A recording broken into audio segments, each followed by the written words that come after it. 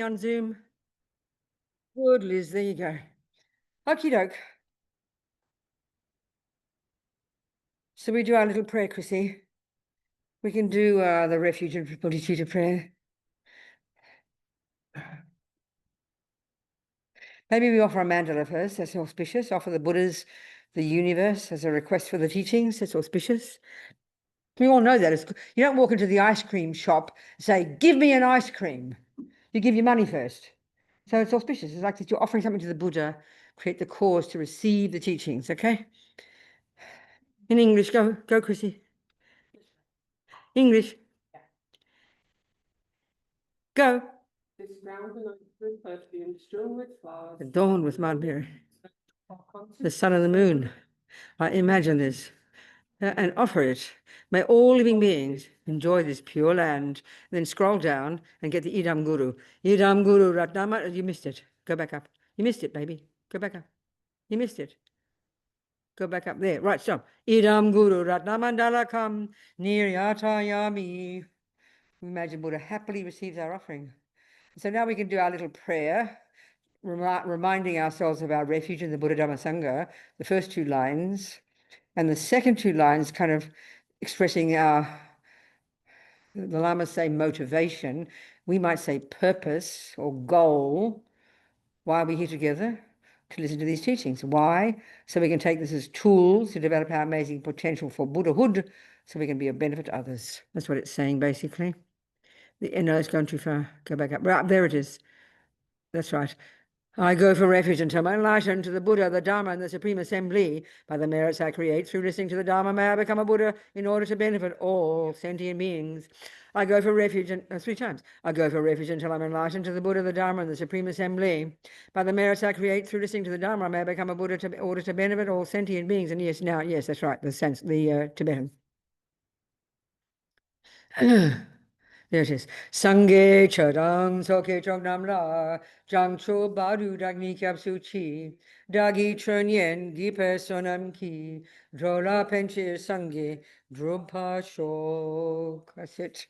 Okay, people. So what we've been doing effectively is looking at the Lamrim, at this presentation of Lord Buddha's teachings, structured in such a way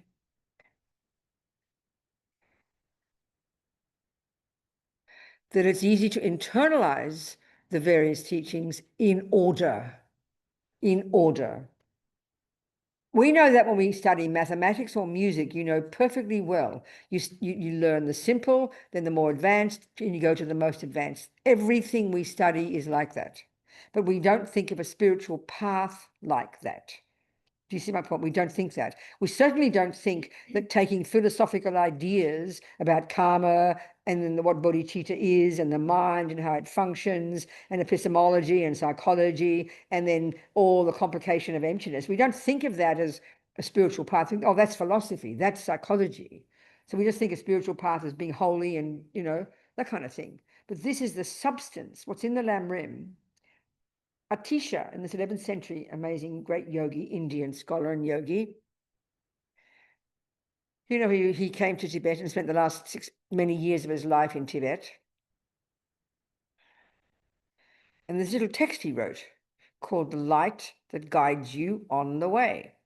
Something like that, you know. So what he did, he was a scholar and yogi from the Nalanda tradition. As His Holiness Dalai always says, we are the Nalanda tradition. These amazing, you know, great Mahayana, Vajrayana yogis and scholars from Nalanda, all the names we hear about, the authors of various texts, they're all from Nalanda. This is His Holiness says, we are the Nalanda tradition. Well, he's from there. And then he took from all this vast body of knowledge that he'd studied, what he did was he took the essence of that information from the various texts in that vast body of knowledge, took the essence of the teachings and presented them in this orderly way, you know. Orderly insofar as its ability for us to internalize it, to make it experiential. That's the point, you know. That's the point.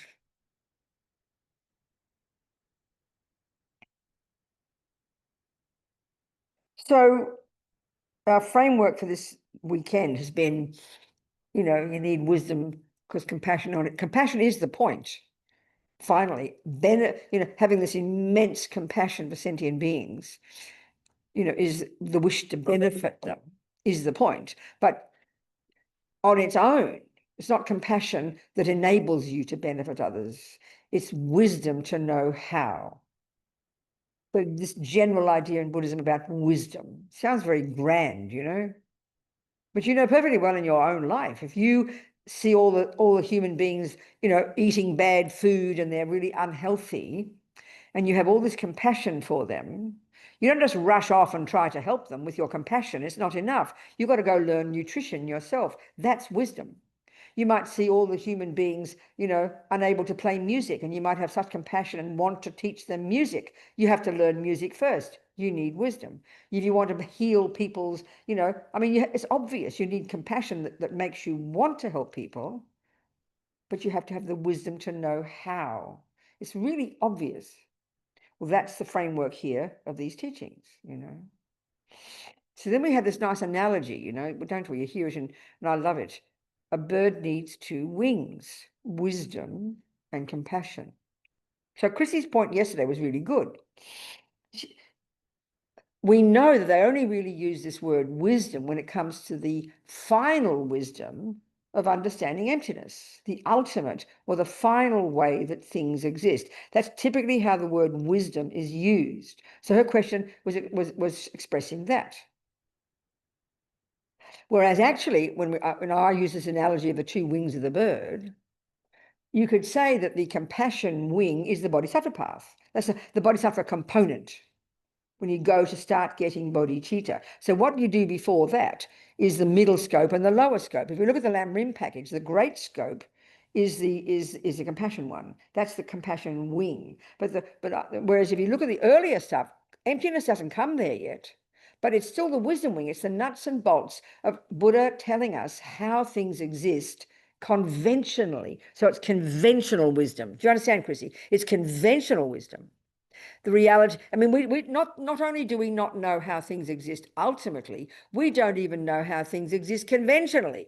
So in other words, he presents the very first point, he presents the essence of it is impermanence. Well, why is he telling us things are impermanent? Because guess what, folks? We think they're not. So there's a disconnect between what reality is, and this level reality of impermanence, and our view of it. So that's wisdom. But it's conventional. We don't use it like that, but that's what it is. So you can't realize emptiness until you realize impermanence. That's one, the first one. Next one is karma, cause and effect. And that's an example of dependent arising.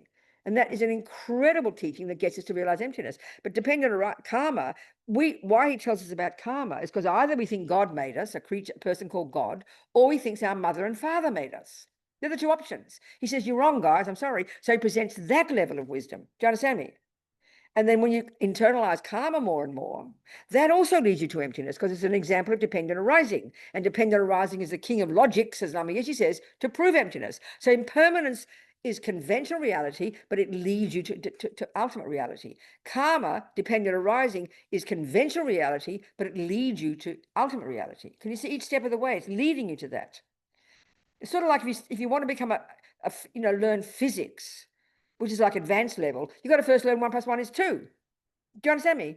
It's logically connected. Then you go to the next level, the second scope, where you learn about the mind. Well, he says, we think the mind is the brain if we're materialists. He says, sorry, guys, it's not. It's a non-concept, non-physical capacity for cognition. And then he describes all the different of the contents of the mind. And then he tells us, shock horror, that what goes on in our mind is the main cause of my happiness and suffering. We have the misconception and we think it's mummy and daddy and everybody else is the main cause of our happiness and suffering. So each step of the way, he's telling us how things exist conventionally. So you integrate this, and as you go deeper and deeper, you can begin to see how it's all leading you organically to the final wisdom of emptiness. Because what's empty is those very things. Do you see? This is how to understand it, So so the wisdom wing is really the nuts and bolts of Lord Buddha's view about the universe. Impermanence, karma, and finally, emptiness. As I said, emptiness is not in its nature a Mahayana teaching, do you see? But it's taught that all the holy beings put it to the end as one of the 6 perfections of the Buddha, of the Bodhisattva. But in its nature, it is a Hinayana teaching, because Hinayana Arhants need to realize emptiness. Do you see my point? They have to realize emptiness. And then even Shine, the meditation skill, that's Hindu, you know, that's not even Buddhist. Lord Buddha took it from the Hindus. He learned that one. So the wisdom wing, if you completed the wisdom wing, you'd be the Hinayana practitioner. You do the first scope, impermanence, karma, refuge, go to the second scope, unpack and unravel attachment, understand the suffering of the delusions, see how they're misconceptions. Then eventually you get Shine, you get concentration, you understand, and then you realize emptiness, and then you achieve nirvana, and then you're out of here, baby. Do you understand? Then the bodhisattva component, the bodhicitta, that component, that's the Mahayana one. That's the compassion wing. Something like that. Are we understanding? Something like that.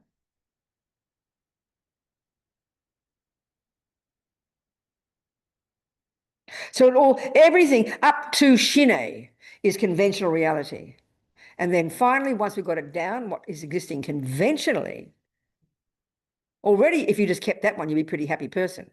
But now you have to realize the ultimate nature of those very conventional things. That's the way to think about it. Do you understand, Chrissy? Okay.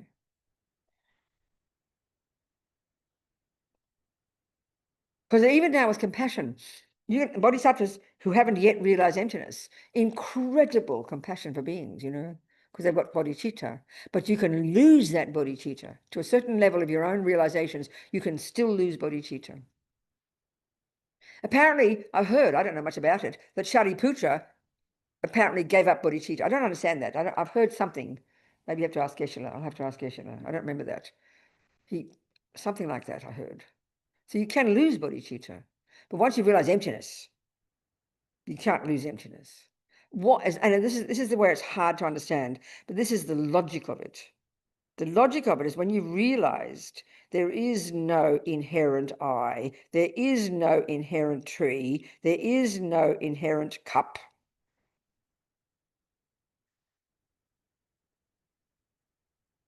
That's called the wisdom that realizes the absence of that mistake.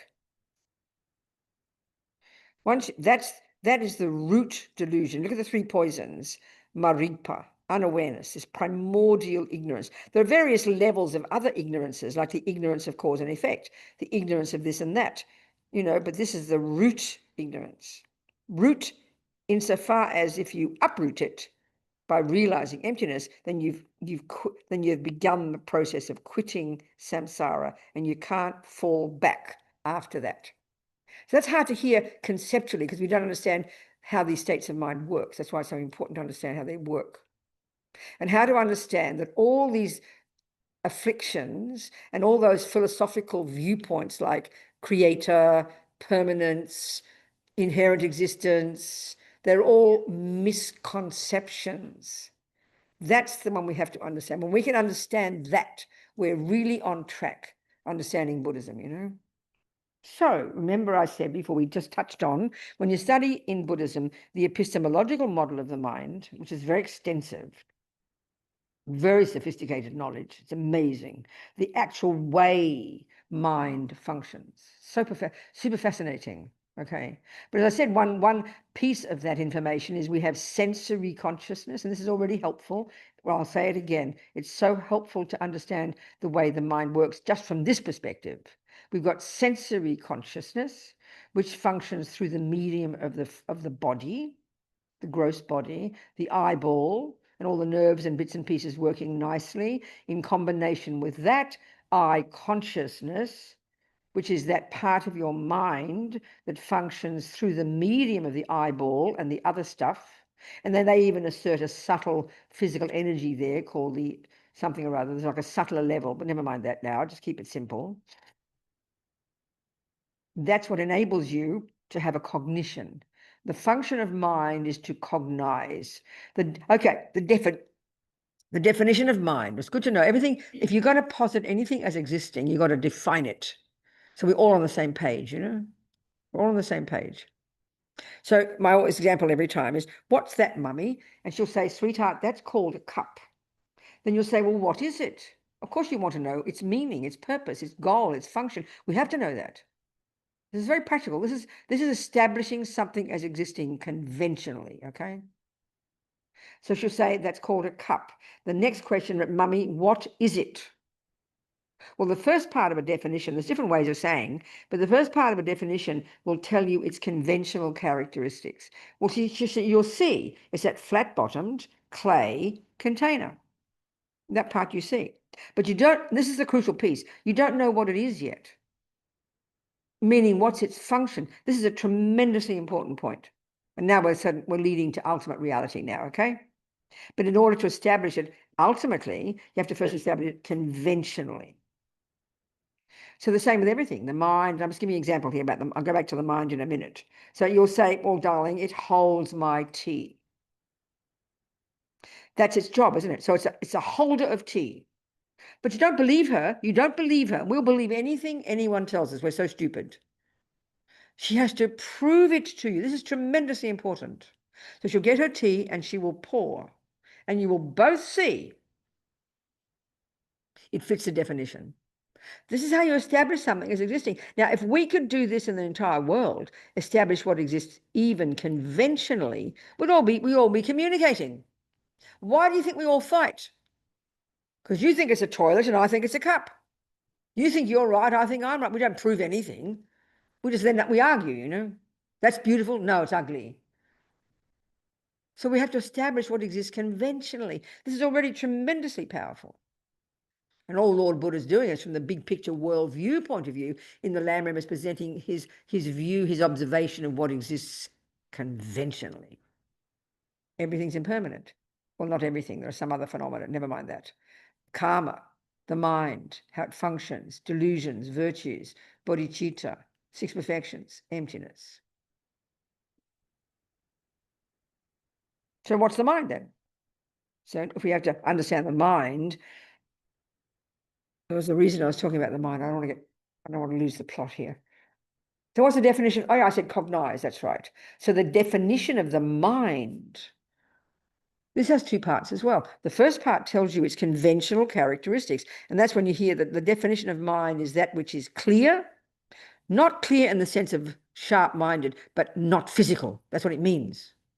Sometimes they say luminous. It's the non-physicality. The second part tells you its job. It cognizes. It knows. It is aware. They are synonyms. That's the job of your mind. So, of course, you should then ask Lord Buddha, well, what do you mean? Cognize what? Know what? Be aware of what? He'll say, guess what, honey? That which exists. This is what he's on about. One way of defining of expressing the entire path of Lord Buddha is it's a path of stopping ignorance and getting wisdom. Because he says the reason we suffer, the key reason, the main reason we suffer is that we're not in touch with reality at various levels. We think things are permanent when they're impermanent. We think mummy made us or God made us, but in fact karma, we made ourselves. We think the mind is the brain, but in fact it's not physical. We think attachment is good and we don't even distinguish between attachment and love. Misconception. We don't understand we have this capacity for bodhicitta. We don't, and then we haven't got emptiness. So throughout the path, he's presenting what he has seen with his mind. So in his process, what he's done is remove the misconceptions from the mind each step of the way. And that's one way of framing the entire path to enlightenment. It's removing delusions, removing misconceptions, removing the philosophical misconceptions and the emotional misconceptions. So you're purifying your mind as you go along, getting rid of the misconceptions, ever more subtle, until eventually you remove the root misconception, the ego grasping, the maripa. You keep working on that, you add bodhicitta to the mix, you become a Buddha. So the thing that's really important to help us understand is how it's possible to rid the mind of the afflictions, especially the afflictions. We can hear how it's possible, we can understand how it's possible to rid the mind of ignorance of musical theory. Right now, I can't play any piano. I've got no musical theory. So you know how perfectly well to rid the mind of the ignorance of musical theory is learn the wisdom of musical theory. It's pretty obvious. You fill your mind with theory. Now you've got wisdom. Ignorance is gone. It's clear. We understand that concept. You don't know how mathematics. So at the moment, you have the ignorance of not knowing math. How do you fix it? By filling your mind with math, the wisdom of math. So that kind of makes sense. We get that. That's conceptual. Ignorance at that level, we can understand how you can get wisdom. But the wisdom that Buddha's talking about is very interesting. It's the wisdom, when we look at the afflictions, this is the interesting point in the Buddha, the point of view of the epistemological model. I'll go back, that's what I was talking about, the epistemological model. So the sensory is just bare bones capacity, cognize shape and color through the eyes, sound through ear consciousness, tactile, rough, smooth through the tactile consciousness. They're extremely limited in their capacity for cognition, profoundly limited. But as Lama Yeshe says, we make the body the boss, and in our world, we think we are only a body. So first establishing this difference is tremendous for our minds. The distinction between sensory consciousness, and then the second way that our mind works is the mental consciousness. As Lama Zopa says, that's where the workshop is. That's where all the thoughts and feelings and misconceptions and valid conceptions, the afflictions and the virtues, love, compassion, anger, jealousy, all the emotional level, or they would say the mental afflictions and the virtuous ones. They're all living at that level. And this is the point about the mental consciousness, what we have to understand, Buddha's view, so unique to the Buddha. You've got the grosser level, which is the level we function at, which is called conception. All the thousands of thoughts and feelings, they're all conception. Then you have the subtle levels of mind that these amazing Indians more than 3,000 years ago discovered, having developed that brilliant psychological skill that we know as single-pointed concentration, shine, shamatha. They invented that technique that enabled them to completely subdue the grosser level of both the sensory and the gross level of conceptuality. That's the skill they developed, these Indians, more than 3,000 years ago.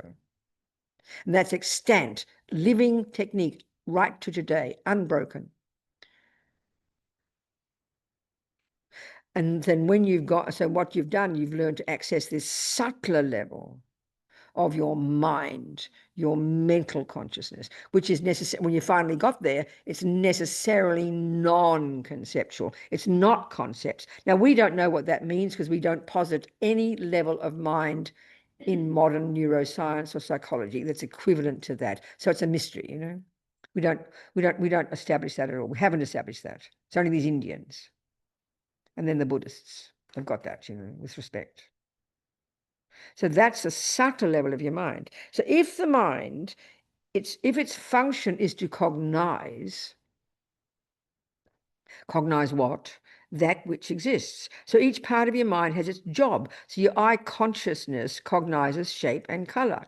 Your ear consciousness cognizes sound. Your mental consciousness at the conceptual level makes up thoughts about those things. So they go into great detail when you study Lorig, describing the way conceptuality works. It's so fascinating, But it's a very gross level of mind, conceptuality, but it's all we know. When your conceptuality has ceased, it's because you've gone fast asleep and you're not even dreaming. That's when your conceptuality temporarily ceases. But we don't go further because we haven't got the skill. We don't even think there's such a level of mind in the modern world. That's why when you stop breathing at the time of death, from the Buddhist perspective, Vajrayana especially, your sensory consciousness has ceased. There's no longer heartbeat. There's no longer brain. So they think you're dead. But now your mental consciousness is still there at a subtle level. That's the point. That's why it's so awful, just cutting out people's organs before they're dead, burying them before they're dead. It's terrible. The lack of knowledge about the mind is so shocking. So there's this, and so mental consciousness is more subtle than sensory. So we know within our day-to-day life, we've got the sensory that dominates, but we can access our mental. We have thoughts and feelings, but at the very gross level, conceptuality. So this is the point I want to try and get to here. It's very hard. We can hear how thoughts about mathematics is conceptual, how thoughts about impermanence is conceptual. That's what we think of as conceptual, kind of clever thoughts, you know? Musical theory is conceptual. We understand that. But when we hear about anger, love, compassion, attachment, to hear that they too are conceptual, that's a puzzle. And until we understand this, we can't get our head around how we can remove delusions from the mind. So let's look at this a bit more.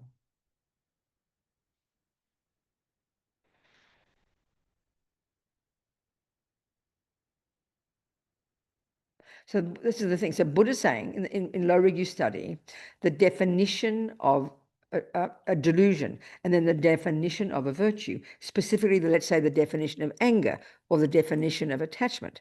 Just like anything, if you want to know what a cup is, you have to give a definition and then prove that's what it does. So the same with your mind. You have to look into the mind and define, there's a piece called attachment. There's a piece called love. There's a piece called intelligence. There's a piece called mindfulness. There's hundreds of pieces in there. They call them mental factors. That's the term they use. All these bits and pieces of our mind, all doing their job, all working together to be able to function in day-to-day life, you know? So like I've described, one way of dividing them all is into the three categories. It's very simple. Those that are deluded, afflicted, neurotic, the cause of pain, and have this massive emotional component. Then you've got the virtuous states of mind that are valid and reasonable and also have an emotional component, like love and compassion. And the third category don't have that emotional component. They're like the mechanics of the mind. This is crucial to understand these. So such as good memory. I mean, in the world, we think mindfulness is like a special virtue. Mindfulness in its nature is not virtuous. It is not non-virtuous. It is, they call it doesn't matter what they say, but I like to use the term of the mechanics. Mindfulness is simply the ability to not forget what you're doing moment by moment. So as Lama Zopa says, very politely, thieves need mindfulness. I mean, I remember one person in a teaching in London years ago, or Sydney or somewhere, who was a Vipassana practitioner, okay, particular people who do, but particularly a kind of meditation of Lord Buddha's. And when I said that thieves need mindfulness, he thought I was insulting Vipassana meditation. He walked out and complained about me. Because we think of mindfulness as like a holy thing. It's not virtuous. It's simply the ability to not forget what you're doing moment by moment, whether you're killing somebody or making a cake or watching your mind. You all need mindfulness. That's one piece of your mind, and it's a crucial one. There's another one called concentration, which is the goal eventually of single point of concentration. You get mindfulness first, and eventually you perfected that, and then you get concentration eventually. That's this ability to stay single pointedly on one thing. It's an incredibly important state of mind. We absolutely need it. But it's not a virtue or a non-virtue. So we have to get our head around this way of seeing, not how we think in the West. You know? So, okay, so conceptuality. So, okay, let's look back now at the delusions and the virtues and see what do you mean they're conceptual states of mind? So let's look at it. Well, attachment, the definition of attachment is it's a misconception. It's a conceptual state of mind that exaggerates the nice, the delicious qualities of something. And that's in general the definition of an affliction. It is a conceptual state of mind that exaggerates certain aspects of the object. So the word object in Buddhism is very important. Mind is said to be subject. And it always, whatever level of mind is working, eye consciousness, ear consciousness, conception, non-conceptual, at the subtlest level, subject, mind, always has a thing that it cognizes, and that's called the object, not a physical one. So color is the object of eye consciousness. Sound is the object of ear consciousness, you know. So attachment, the object that attachment called, so the thing on the plate is called a chocolate cake. That's clear. I forget the different terms for types of objects. So that's the thing that we're referring to. That's the thing they say, the referent object. The cake is on the plate, and we can agree that is a chocolate cake. That's a concept, and it's a valid concept. We can all prove it's a chocolate cake. But all the bits of mind doing their job on top of that. So a person who vomits if they eat chocolate cake, right? The moment their eyes see that shape and color, then they recognize correctly it's a chocolate cake. They remember their last experience of it, and then instantly aversion arises, doesn't it? Aversion. Oh, disgusting. So they put their their aversion glasses on, so that chocolate cake will appear to them as ugly, won't it? We know that. So that's why it's a misconception, because there's another person totally adores chocolate cake, totally attached to chocolate cake, remembering their last experience of the delicious taste. Then the cake appears to that person through the lenses of their attachment as delicious. So straight away that's enough to practically prove emptiness. But we don't realize we're painting this extra picture on top, because the habit of that attachment, and Buddha would say for lifetimes, is so complete. So it's two things that it causes. One, it's so habitual that you don't first go, oh, what's that? Chocolate cake. Well, is it ugly? Is it nice? I don't know. No, the habit of eating chocolate cake for so long has developed this habit. And so the attachment is grown up in your mind. So this is the emotional component. It is a bare bones function to exaggerate the deliciousness of the cake. So you've practiced thinking that for lifetime after lifetime. So it's become completely instinctive now. You don't have to process it. I think it's delicious. I'll make it look delicious. Immediately you see it. There's this emotional hunger, and because of habit, that instant it appears delicious to you. So the mind is shaking, isn't it? So that emotional component is what's added on top of that bare bones concept because of practicing it so often. That's why it's emotional. But we don't notice it's a misconception. Like when you're angry,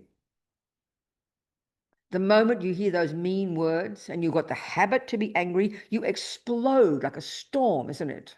That's emotion. That's feelings, these intense emotions. That's what we think anger is. So it's the habit of hearing critical words as harmful to you because of attachment, and anger. So anger is built up and built up. The habit is so spontaneous. So my mother did not have to teach me how to be angry. I had perfected it from past lives. So the moment my attachment didn't get what it wanted, the moment someone criticized me, anger would just explode into life. You know why? Because I'd practiced it to perfection. That's why it's emotional. Can you hear that? But the bare bones underneath, if you dig down deep beyond the emotion, beyond it, and practice, you can hear the bare bones. Anger is saying, we know anger is saying, how dare you say that to me? I don't deserve it. And the person appears ugly. The words appear ugly. That's because of habit, practicing it. That's all. That's why it's emotional. But when you start to unpack the emotion and begin to harness it by practicing, not saying the words, by practicing and purifying, then your mind begins to calm down, and then you can hear the clear conceptual story under the emotion.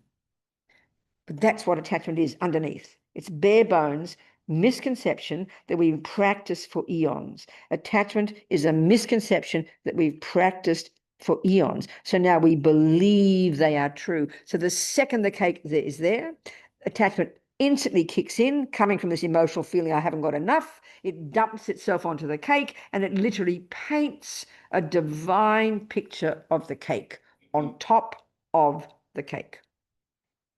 We don't realize we're doing that. That's the killer. Because we believe in what we see. We believe the cake itself has deliciousness in it, as if when you made it, you put a spoonful of deliciousness along with the chocolate and the flour. That's how utter these mistakes are. That's why we are locked in samsara. But the thing to see is the emotional is because you've practiced it. That's all. Like you think about music, I think it's the same example. Kerry's a musician, right? So when Kerry first studying musical theory, he had to squeeze his brain, didn't he? He didn't have, when he put his fingers on the piano trying to play Bach, he didn't have bliss immediately. He had agony because he couldn't do it properly. But eventually he got the theories down. The conceptions went from his brain to his hands, and he played and played until eventually it was second nature, and then he began to get pleasure. It was emotional then, wasn't it? Do you see what emotional is? Emotional is built up on, and love and compassion are the same. If you do already have tremendous love for somebody, then when you see them happy, you burst into tears. It's because you've practiced love. But that's why you can begin to practice love. You can begin to say, oh, all right, may you be happy. That's the meaning of love. That's the concept that love is. Love is defined as a concept that says, may you be happy. But you've got to start somewhere. You start with a concept. And if you practice it every day, eventually you'll have an emotion of it. And it'll be genuine because you've practiced it. That's how practicing love, practicing compassion, that's what it means. Whereas we think I do a meditation on compassion, I've got to conjure up a feeling and I burst into tears. Oh, wow, all sentient beings. But it lasts about 1 second because it's not stable, you know. Are we communicating here? All of those emotions are at the conceptual level. And that's the only level we know. So when you understand that something is a misconception, like if you think 1 + 1 is 3, you can learn that and you can believe it because you've learned it for so long. And then you have to fight and struggle against it because you so believe it's true. But you know that eventually when you practice and practice, you can hear the truth. And slowly you practice saying 1 + 1 is 2 till eventually that becomes real for you. So then you have to ask yourself, what happened then when you're finally convinced that 1 + 1 is 2, which we agree within the worldview of math is a valid concept. And we'll look at how you know that something's a valid concept. It's important. Within the math, we know that. So then you have to ask yourself, what happened to the thought that was in my mind before that believed that 1 + 1 is 3? So when you've practiced and practiced and practiced, thinking that 1 + 1 is 2 and accepting it as the truth and proving it, and that becomes second nature, then you'd have to say the thought 1 + 1 is 3 has disappeared into a puff of smoke. Do you agree with that? It's gone away. It is no longer existing. It is literally no longer existing. And what made it go is the truth that 1 + 1 is 2. That's how you get enlightened. I promise. Are we communicating here? That's why hearing that all the afflictions and the philosophical mistakes are all misconceptions, but they're deep in the bones of our being for eons, you know? That's why to unpack and unravel them and deconstruct them and see the truth of their lie you've got to get single point of concentration. You cannot realize emptiness until you have single point of concentration, because that concept of believing in an intrinsic me and everything else is so completely primordial. You can't do it conceptually. You've got to start conceptually. Conceptual is a stepping stone to the non-conceptual. Are we communicating? Okay. This is Buddha's view. This is not Jung or Freud. This is Buddha, you know. So why should we get rid of misconceptions? Because they cause you to suffer. Why? Well, if you think 1 + 1 is 3, you can think it as much as you like. What good will it do you? You keep bumping into the non-truth of it. You'll just suffer. Especially example, I think a good example for me is you believe that a 50-pound note is really 500. And you believed it for so long, you see 2 zeros, you know. So look at the obvious result of thinking that. Conventional reality is that it's 500. 50 is 50. So we know that 50 has a value, but if you believe it's 500, get all excited, all anticipating, this is what attachment is, full of excitement, anticipation, then when you go to spend it, you'll get 500 pounds worth, but you'll only get 50. So what do you think the result will be? Disappointment. Well, that's what attachment is. Attachment puts more value on the cake than it really has. So you expect that level of value, and then of course you will be bitterly disappointed when you don't get it. And the fact is you can't ever get it because it's not what you expect of it is not possible. It's not true. That's why we suffer by having misconceptions. Disappointment is just the buildup of countless lives of not getting what attachment wants. So it can only cause suffering. And the more extreme the attachment is, the more pain of the disappointment. And disappointment is a polite word for aversion, because anger is the response to when attachment doesn't get what it wants. Mild anger is upset, frustrated, irritated, annoyed, anxious, depressed, disappointed. They're all variations of aversion. And all of these afflictions, because they're not in touch with reality, they are rooted in fear. Because we're desperately, all the delusions are desperately trying to we're believing in things that don't exist. So it's like a nightmare, And it's spontaneous. It's automatic because we practice to perfection, all these misconceptions. So this is what Buddha means by being in samsara. It's like a nightmare, It's not moralistic. You're a naughty girl. No, this is scientific. This is provable scientific truth. That's what Buddha's saying. This is the method for getting happy. Remove the lies. Remove the misconceptions. And that's from the beginning all the way to Buddhahood. Finally, when you're a Buddha, you've removed every atom of misconception. That's a way of saying the whole path is removing misconceptions from the grossest level to the subtlest. There's one way of framing the entire path until eventually your mind is clear, which is its nature, and pure and vast, in touch with reality and the bonus of bliss and virtue. Virtue is really our nature. The virtues, they're our nature because they're valid concepts. They are valid concepts because they're not totally yet. So you can be bodhisattva, delusion's gone pretty much, attachment, aversion, anger, jealousy, blah. You have incredible love, incredible compassion, but you haven't realized emptiness yet. So you can still say the mind is tremendously powerful, but you still have inherent compassion for inherent Mary. The inherent I has inherent compassion for inherent Mary. There's still a dualism. There's still a disconnect. But it's better than nothing. It's gradual. It's a good step forward. Rid of the rubbish delusions, But you still have got not the truth yet. So finally, when you realize emptiness is no longer the duality. You have to understand that, So it's step by step, levels of wisdom. And that, I think, is why we get all very excited in the West about all these clever scientists, and I'm not criticizing, but very brilliant minds understanding some understanding of dependent arising. They hear His Holiness, they get so excited, And even I hear talking about in the scientific world, there's some view of dependent arising. Brilliant, fantastic. But then you ask the question, does their scientific understanding of how things, depend upon the mind, does it lead them to giving up attachment and aversion? No, it doesn't. Does it lead to happiness? No, it doesn't. So there's a level of wisdom that's merely intellectual. It can be very clever, but unless it's practiced,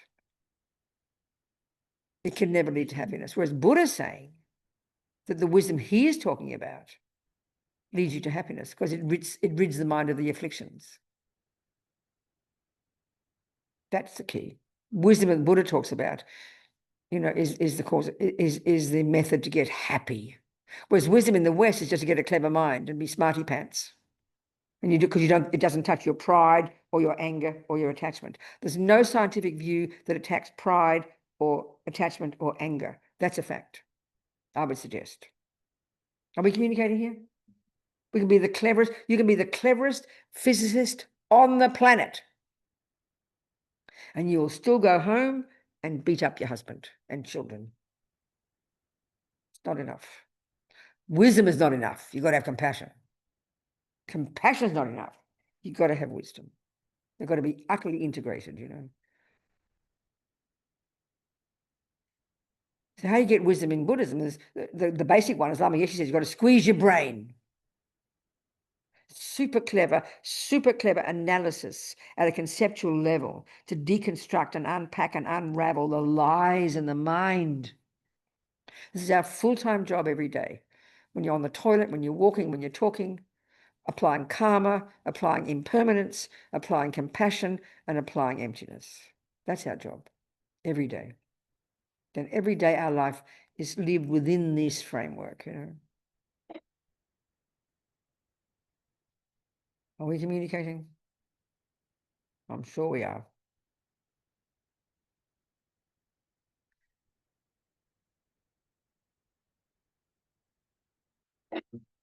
You got any questions? Any questions, people?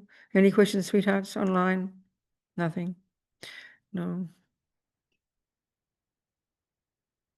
No? Okay.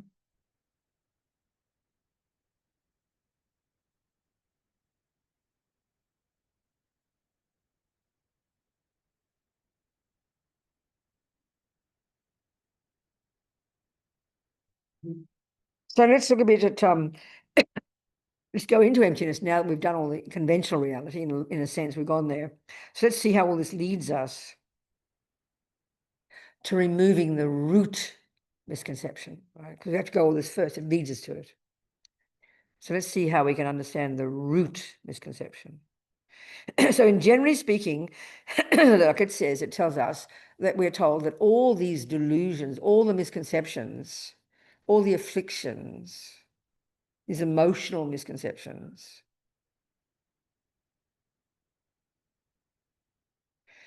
decorate. As Lama Zopa says, they all have the same function of decorating on top of what is there, layers upon layers of characteristics that aren't there. That's why it's so good in the middle scope, the renunciation level, the explicit teachings in the Lam Rim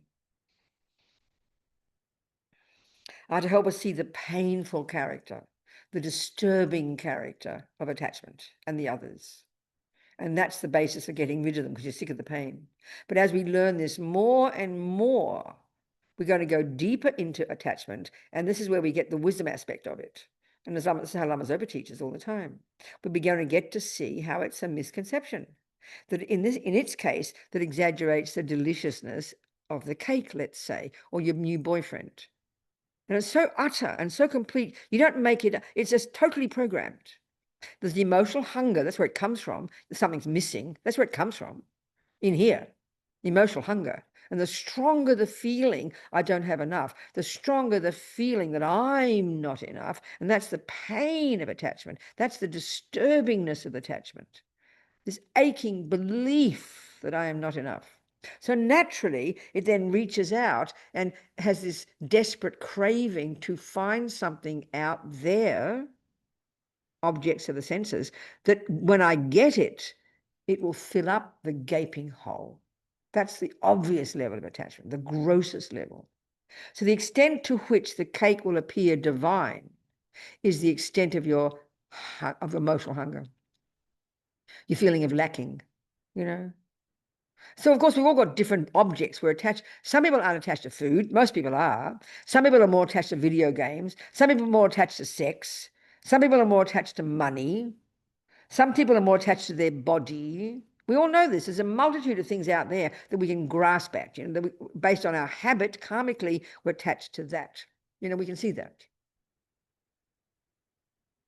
And so it appears, we decorate, attachment decorates on top of what is there, the chocolate cake. That is a valid concept.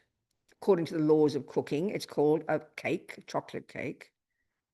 But attachment, spontaneously coming from the emotional hunger, thinking about the cake, anticipating the cake, craving the cake, manipulating to get the cake finally. It's like this intense anticipation comes, and it's just gone mad. You go crazy with attachment. It's like a demented state of mind.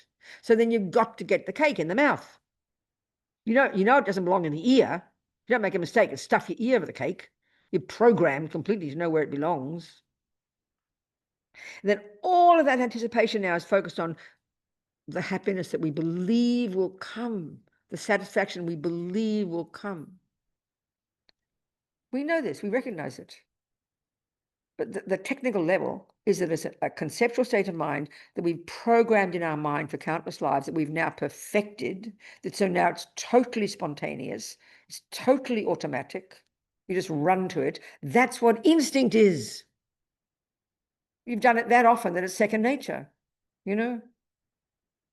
And then you decorate that on top of the cake. And of course, you know, that's why we have to start thinking, knowing it's a habit. But as Lama Zopa says, you know, no, sorry. That's why we're even beginning to practice controlling our body and speech, junior school. Knowing that the attachment is looking at the cake that way and grasping at it frantically, but then you learn to be intelligent with your practice. You keep your hands there. Of course, you add the marvelous component of offering and prayers. This is where we can kind of redeem our eating on the bodhisattva path. And you don't just shove the cake in immediately. And then the key one about emptiness, you put bodhicitta in there by offering it and thinking of this way.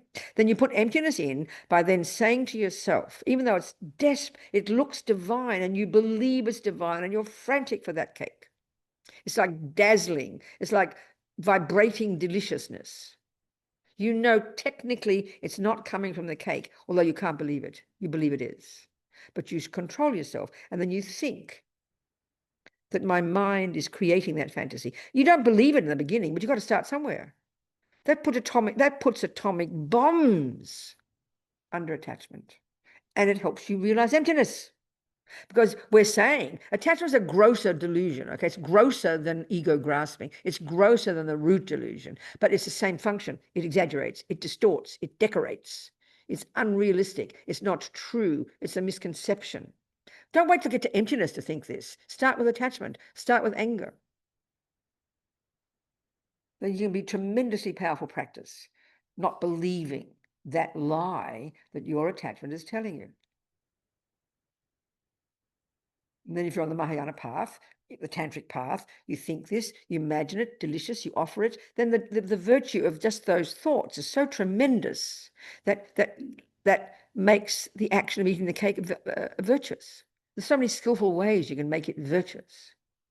You've got to know the words, you know. So that's helping with bodhicitta and it's helping with emptiness already. And by lessening. But you've got to practice every day. And it's conceptual. It's very clear analytical meditation. This is how you change your mind. And then one day, don't be surprised that the cake won't look so exciting. It will still look delicious. This is the point. It will look delicious, but you won't believe it. You know it's not coming from the cake. You know it's your mind. You'll enjoy it all the more. You won't shove it in like a vampire.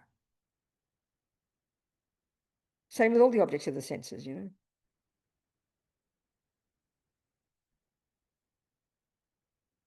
know. Helping you realize emptiness. So now let's look to the emptiness one. So the cake, so then what's going on? There's all these delusions functioning, all the bits and pieces of the mind. You've got intention, I will get a cake. Then you home in and you pay attention and you start standing up and then concentration comes in and mindfulness, they all do their bit. You walk, you go, you remember there's the cupboard. If you go from here to the other side of the kitchen and you forget what you're doing, why am I over in the side of the kitchen? We do that regularly because your mindfulness forgot what you're doing. Because so distracted. So you don't lose mindfulness when it comes to cake. Where was I going? You don't forget the cake, I promise.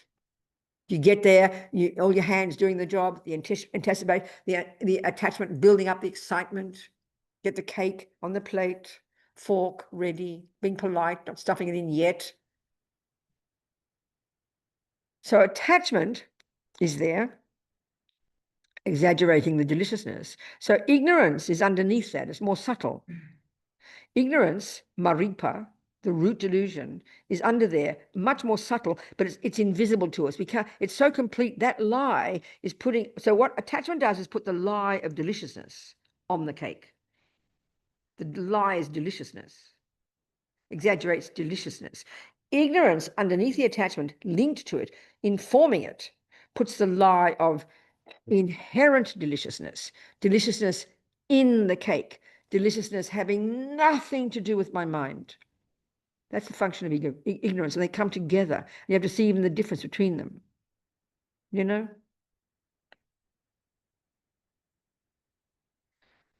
That's the root lie, that there's an inherent, intrinsic delicious chocolate cake.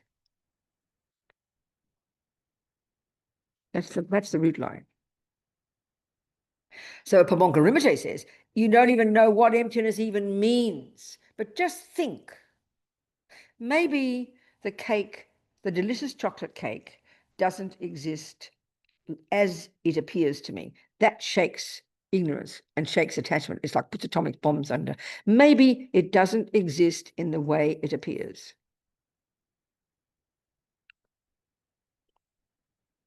So let's look at this root lie, this root misconception, you know.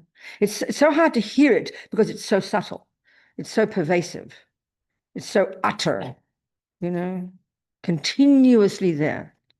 It's not as if for a moment you see the cake truthfully. Never, no, not for a second. Because even though attachment finishes, the more you eat the cake, you know, you get full, then the cake gradually starts to look disgusting. Now that looks inherently disgusting now. So the inherent one is always there. It's inherent delicious, inherent ugly. That never ceases, you know. So all the synonyms for this term inherent is always a bit abstract for us. All the synonyms is, you know, like inherent, inhering in the thing itself, intrinsic. But the other one that seems very simple, but really has the same meaning, is independent. That straight away I think is very helpful. So what this means is this. So Buddha's, when Lord Buddha presents, so Lama Tsongkhapa presents how to understand emptiness, he says the king of logics, well, I mean, he paraphrases, the king of logics, to prove emptiness, which is the ultimate way that things exist, is dependent arising, which is the conventional way things exist. So he says this is the best method to prevent us from falling into the abyss of the great mistake. And the great mistake is this misconception about emptiness, that it means nothingness. This is the commonest, simplest, easiest mistake that's made, to misunderstand emptiness as nothingness. And we can kind of be forgiven for doing that because the way they use the language kind of sounds like that, you know, but it's really hard. And he says, Tsongkhapa is saying, I think, that seeing ultimate reality in reference to conventional, and that's what they call the two truths, then these keep you stable. They keep you grounded, you know. Because there's many logical reasons we have to use to prove how things have no inherent nature. There's lots of logical arguments, you know. But this, they say, is the main one, the best one, the delicious one.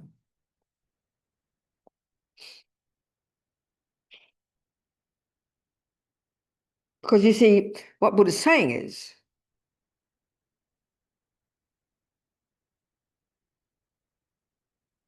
okay, so why is emptiness not nothingness? It's not that complicated, but sometimes we can't hear it. So if we think of emptiness, it's just shorthand, okay? It's shorthand. So you spell it out, it means everything that exists lacks intrinsic. Now we'll keep the word independent. It's a very nice word, independent. It lacks independent existence.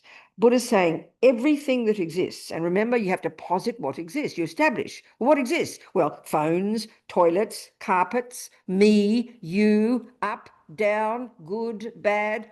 Billions of things exist, right? Billions and billions of things exist conventionally. Conventionally. You name it, you define it, you prove it, you accept it. We all shake hands and we agree. What do you think? Even conventional is a very powerful word. It means a cup by convention is called a cup. Very loose and relaxed. It's kind of implying emptiness already. By convention, we agree that's a cup. We agree it's a cup. Already it's proving emptiness. So what emptiness is saying is that everything that exists, we first established as conventionally existing, lacks. It's a good word, lacks. Lack or is absent or empty. They are same meaning. Lacking, absent, empty.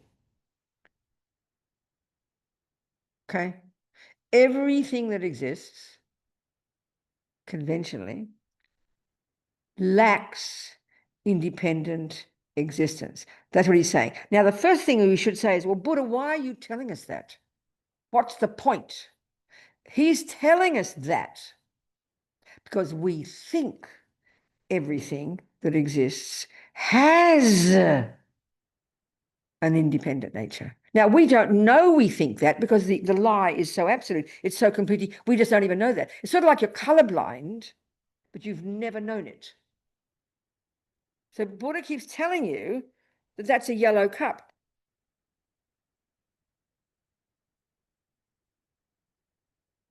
But you've always seen it as blue. So why is he telling me it's a yellow cup? Because why is he telling me it is? Oh no, wait a minute. I'm getting confused here now. If you believe this is blue, Buddha's going to say to you, Robina, that cup lacks blueness. You're puzzled. You don't even know. It's sort of like you don't even know you think it's blue. You don't even know the name of it. You don't even know you think it's blue. But he keeps telling you it lacks blueness. What's he telling me for? Because you think it's blue. You didn't even know you were making a mistake. You didn't even know you were making a mistake because it's not blue. You didn't even know you were making a mistake. So when we hear that Buddha says everything lacks independent existence, we think he's just been clever, smarty pants. We never thought, we don't think that things are independent. We never thought that. But he's saying that's our mistake. Can you hear that point? It's so complete that the mistake is so utter.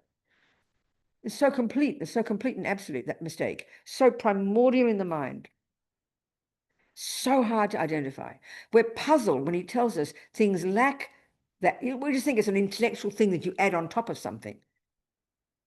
But as Lama Yeshe says, emptiness, the lack of independent existence, shorthand the word emptiness, the lack of independent existence is not some special thing Buddha made up and then he plonked it on top of things. No, it's how things exist. He says emptiness is staring us in the face. Emptiness is right there in that heater, in Tony, in the carpet, in the caca, in the pee-pee, in the yellow, in the paper, but we can't see it. So it sounds like a silly idea he's made up. The absence of inherent existence is not hiding from us. But the yellow cup is not hiding. It's staring at you because you've got your blue glasses on and you can't see it. It's staring at you, but you've got to lie. Do you see what I'm saying? It's not, it's right there. It's not hiding. But the lie is so complete in our mind, and we don't even know we have a lie in the mind. That's why it's so puzzling. That's why it's so puzzling. We can hear that we decorate deliciousness. That we can prove. We know that's true because we know 5 pieces later it looks disgusting. Oh, what happened to the deliciousness? Was it clearly made up by my mind, But inherent existence, that's too hard to see, It's a much more subtle mistake. So he's telling us that things lack that because we think it has that. So that's the first thing we have to think about. So then, of course, to understand what he means, we've got to know what it means something exists independently. And that's where we have to squeeze our brain. You can say those words till the cows come home. You can go, everything is empty, and it'll never happen. The penny will not drop.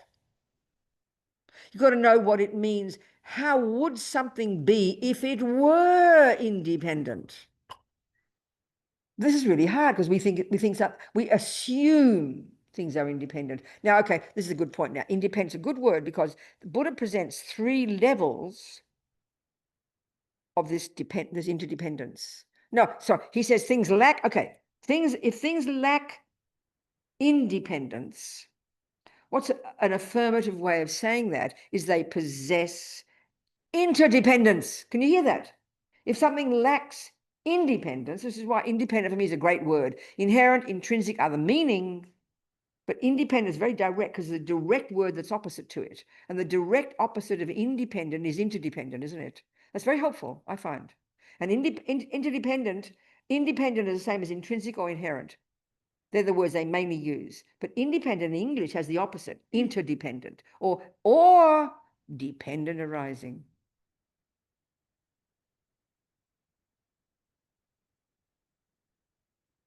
So something's lacking independence in general, we're going to go into the details, is its ultimate character. And then something's having interdependence is its conventional character. And it's obvious they mean the same thing, don't they? They mean the same thing, don't they? Do you see my point? One affirms and one annihilates. They're the same meaning. And that's why we have to understand the two truths come down to the same thing. They're two ways of seeing, it's an easy way to put it. So I like the word independent. So it begs the question, independent of what? And this is the point now. Okay, so there's 3 levels of dependent arising that Buddha presents in particular to think about emptiness. There's hundreds of ways that things exist as dependent arising. I mean, long is clearly dependent on short. You can't say something is long in its nature. That's very easy to understand, isn't it? You can't say that. That's one example of dependent arising. It's easy to say. Big, small, up, down, loud, soft. They're all relative. So relativity is an example of dependent arising. Something's they're not synonyms, but relativity is an example of dependent arising. Can you hear that? So that's the examples of things relative. Short, long, up, down, big, small. That's clear, but they're not what we can discuss here. The levels of dependent arising here, the 3, and each one is, the first is the grossest, the second is the more subtle, and the third is the actual meaning we have to get to.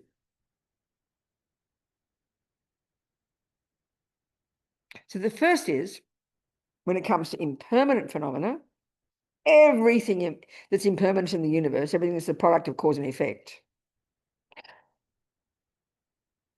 everything impermanent is a product of the law of cause and effect. That's the first level of dependent arising. Now, that's why it's marvelous to think about karma, junior school. That begins, once you get karma, don't kill, don't steal, don't lie, eventually you start to see it's a logical reason to prove there's no inherent I.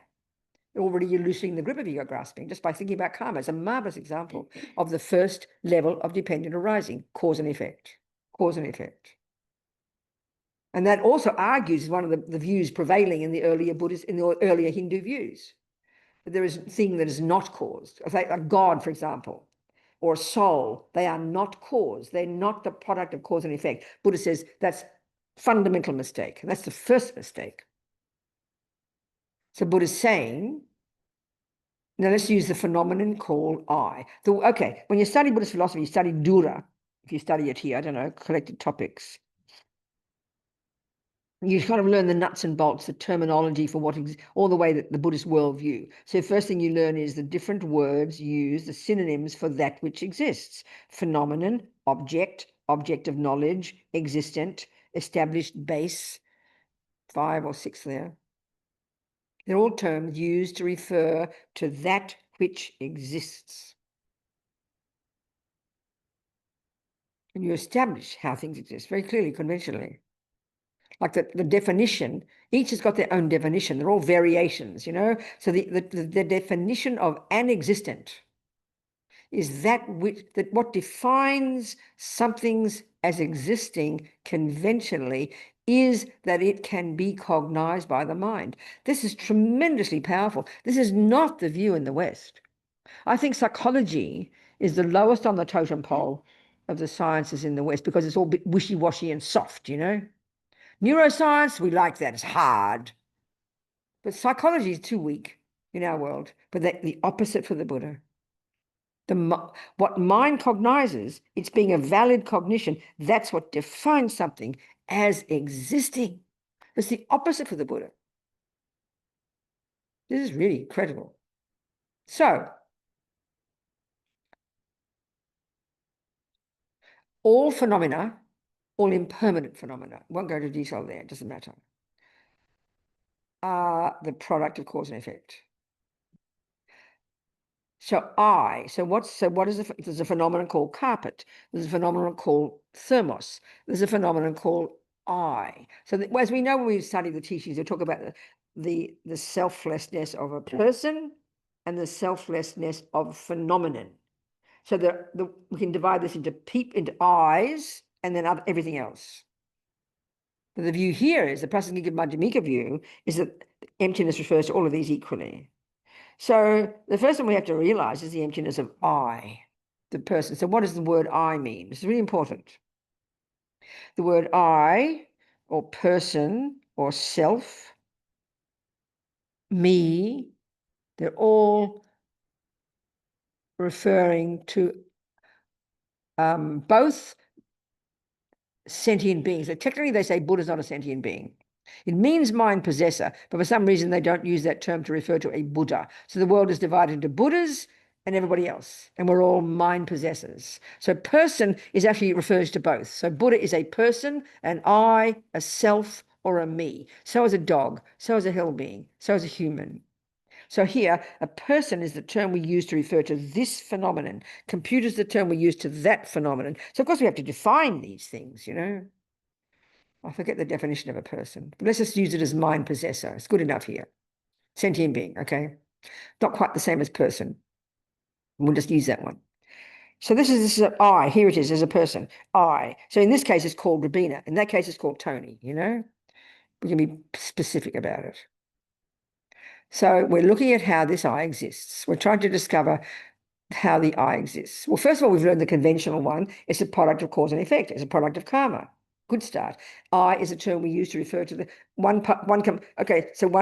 part of the I is the mind. We learned about that in the middle scope. So what is the I? So then the second part, at the second level of dependent arising, the first one is cause and effect, that this I is the product of countless causes created by this person and by the mind of that person in past lives. So this, you come into this life, into the mother's concept, into mother's egg and sperm, mummy and daddy, and you come with your body and you come with your mind. That's the name we give to person. The second the egg and sperm came together, consciousness from before came into that egg and sperm, and now it's this new person. And then when she came out 8 months later, 7 months later, they called her Robina. So that's a person. And a person we know has a body and a mind of some kind of body. A hell being has a body, probably made of fire mostly. A spirit has a body, mostly made of air, perhaps, the 4 elements, you know. We have a mind and we have a body. So this brings us to the second level of dependent arising, that so I first exists in dependence upon causes. I exists in dependence upon, as a result of, if you like, causes. So you put all the pieces together, you get the seed and the ground, you know, and the water and the time, and then eventually, as a result of the seed meeting the conditions, you get a flower. So the flower is a dependent arising in relation to causes. And we're here talking about an I, okay? So the I, the person, is the same. The result of causes. Yes, mummy does play a role, and yes, the brain does play a role, but the main causes are in the mind of that person from before. So now the second level of dependent arising is that everything now, including non-impermanent phenomena, and don't worry about that, exists in dependence upon its bits and pieces.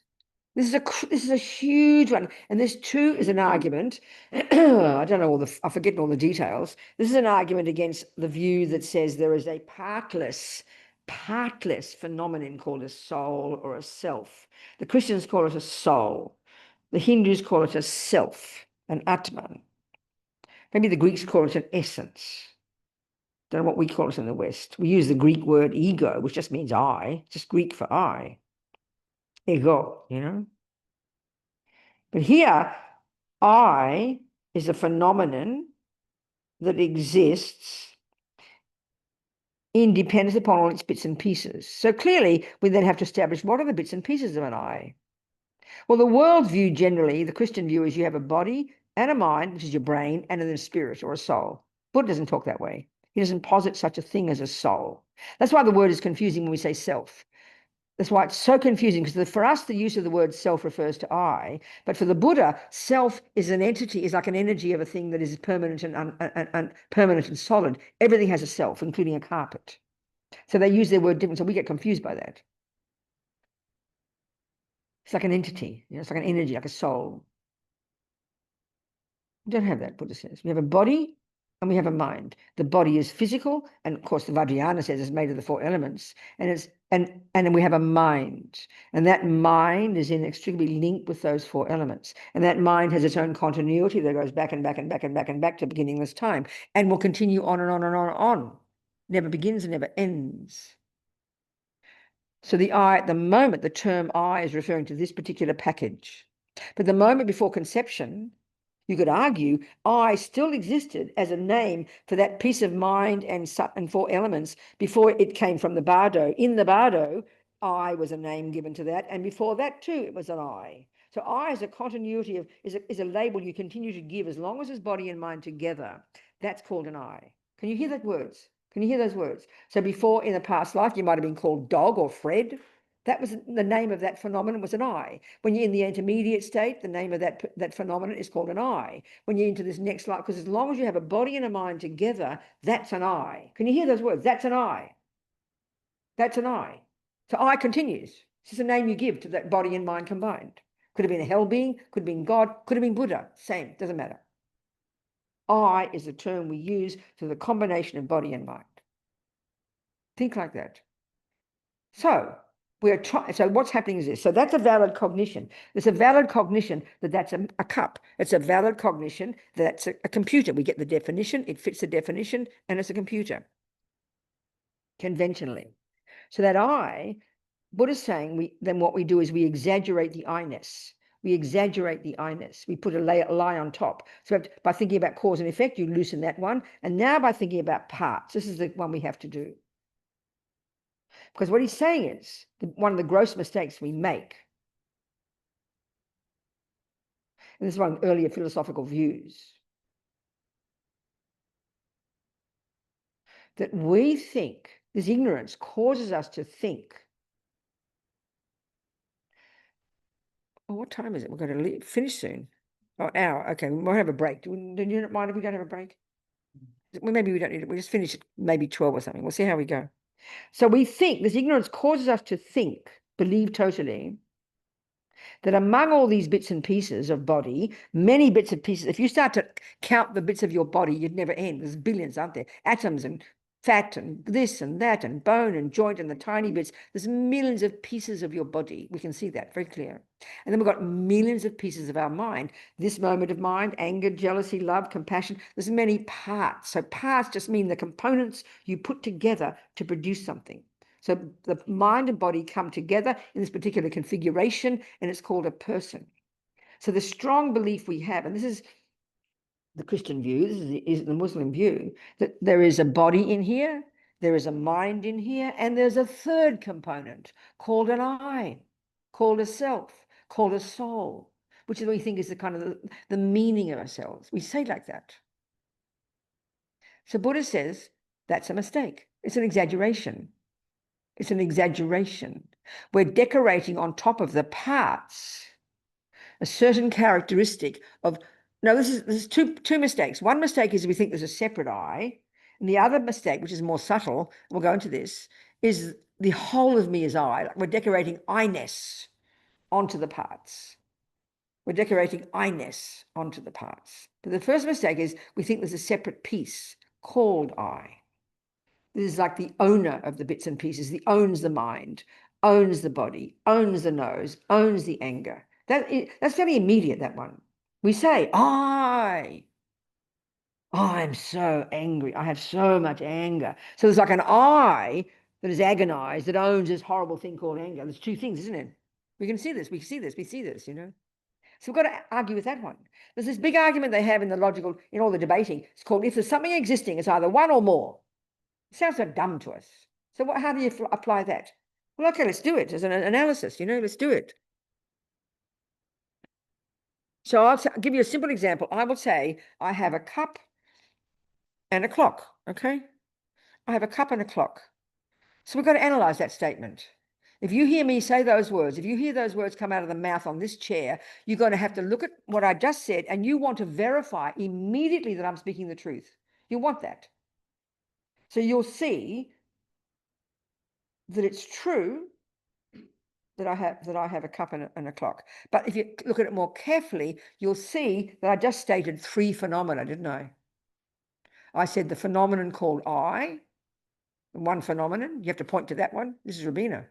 Then there's a clock, number 2. There's a cup, number 3. So there's 3 phenomena there. So if it's a valid statement, you have to point out 3 separate phenomena, don't you? And they've got to be separate and independent. And independent here is really crucial. It means for the cup to exist, it doesn't need to depend upon Robina, the existence of Robina, and it doesn't depend upon the existence of the clock. They're separate and independent. That's a simple example. The clock can break, the cup is fine. Robina drops dead, the clock is fine. That we can see. And we want things to be like that. So then we say, I'll now tell you that I have a nose and an ear. So without analysis, you'll see it's true. Immediately you'll see it's true. And you want to see it's true because you want me to trust. If I say I have an elephant, I'll be in trouble. I have an ear and a nose. So you will prove it's true. But now let's analyze. Because Buddha says we're already dumping a mistake onto that. We're over-exaggerating the status of the I. Because if it's true what I just said, in the same way as before, you have to point out 3 separate phenomena. I, okay, you can point out nose and ear. There's ear. An ear, in a simple sense, to function as an ear, doesn't need a nose. And my nose can be blocked, my ear will listen. My ear can be deaf, my nose still breathes. We know that, we can see that. They're independent of each other in that sense. But then we've said the word I said the word I. So what we mean there is we know the ear isn't the eye in the nose, and we know the nose isn't the ear, and we know they're separate and independent. So we think there's another piece in there in the same status called I. It's kind of, as my friend Pende says, walking hand in hand with all the other bits. This is the simplest mistake. We have to prove it's not true. Buddha says, sorry, it's not true, Robina. You won't find one. But we believe there is. So he says, you've got to search for it. And that sounds hilarious, doesn't it? Search for it. It's not enough to believe him. So when you look at the Lamb, remember the 4-point analysis, this is the the first one is you have to establish what you think the I is, and this is the most difficult. Then you establish the parameters of your search. There's either an I separate from or oneness with. That's the parameters of your search. And then you do the searching for the I that's separate from and for the I that's oneness with. This is the 4 points, This is the 3rd point. Got to prove logically, using logical analysis in meditation, first intellectually. Because if it's something existing, as I said, it's got to be one thing or more than one. So this is where it comes to the second one, the more subtle one, that we think the I is everything. Well, it's all of me is me. It's the commonest mistake we make. One, when we're emotional upset, the feeling is, like Kerry says, I don't like your nose, Robina. I say, how dare you insult? This is the second one. How dare you insult me? He will say rightly, no, I didn't insult the I, Robina. I insulted your nose.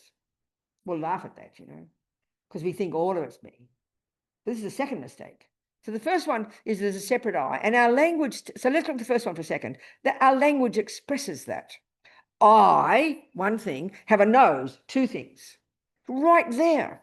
You can squeeze your brain, you can't find 2 things. Because if you say there's an I, the owner, it's like as a piece in there somewhere. We think it's vaguely around here, isn't it? That's what Christians mean by a soul. They say there is a separate piece. The Atman is a separate piece. Buddha says it's not a separate piece. And he's saying you don't need a separate piece. But he's not saying there's no I. What he is saying is there is an I that does exist, but you can't separate it. It's not independent and it's not separate. So this is where he says that they say there is an I that does exist here. There is an I that does exist, and it's the name we give to those parts, That's the subtle dependent arising, the subtlest one. That there is an I that does exist, but you can't pin it down. You can't locate it separate from the parts or even oneness with the parts. And that's what we want. We say if something exists, you have to pinpoint it, you know? So if they say, I have a nose, there's the nose and there's the eye. Where's the eye? Where's the eye that's separate from the nose? So if you strip away, that's why I like the IKEA example. They say in the meditation, you can do this meditation. Well, here I am, a ready-packed eye, right? I can unpack it to search for the eye. But this other one I like, you go to IKEA and you buy an eye. You look on the computer, see a nice looking Robina, and you go buy it, and they give you a box of parts. It's very disappointing. You've got to build your own eye, isn't it? It's a good example. Because as you're putting the pieces together, the heart, the liver, the kidneys, the hands, you're getting worried because you can't find the pieces in its own little Ziploc bag in gold writing, eye. Because you feel there can't be an eye until there's a piece called an eye. But you're going to put all those parts together. You'll put every part together and you will never need a separate part called an eye. You know why? Because the parts function as the eye.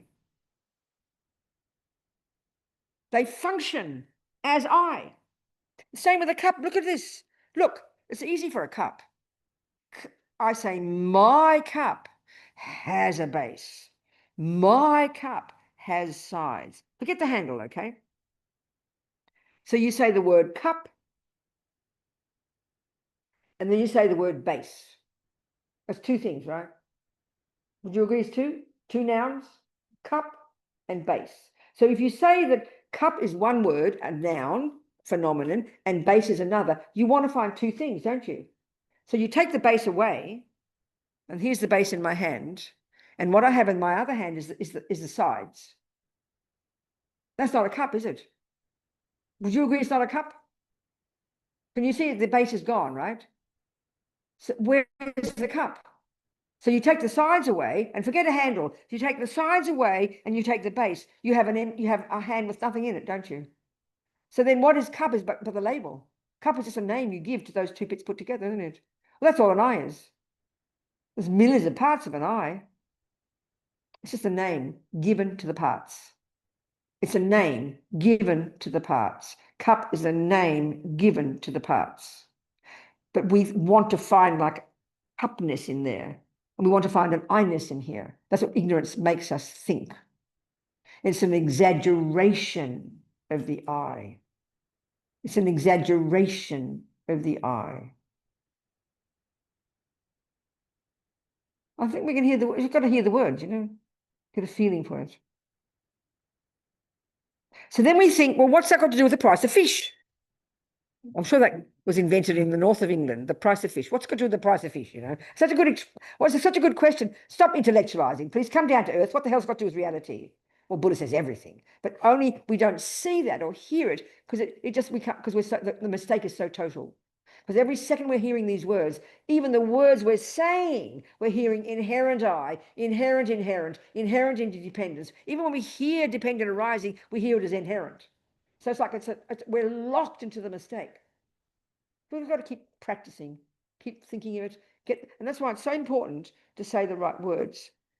How can you talk about how can you make a cake if you haven't got the right recipe? If you don't know it's 3 eggs and 2 this and 4 that. So don't kind of get all snooty nosed. Oh, I'm an intuitive cook. You need a recipe, bare bones words, but you can have a recipe till the cows come home. You can't taste a recipe. So you can have the words about emptiness until the cows come home, but you've got to make it experiential, you know. So you have the words, and then you put meat on the bones of the words by saying them, thinking about them, meditating on them. It's so important to learn the words, you know.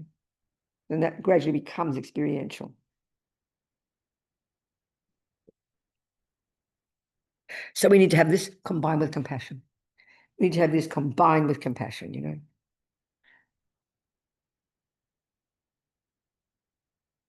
So any questions before we finish? 11:35. No, time to go. Any questions, people? Yeah. Give the man the mic.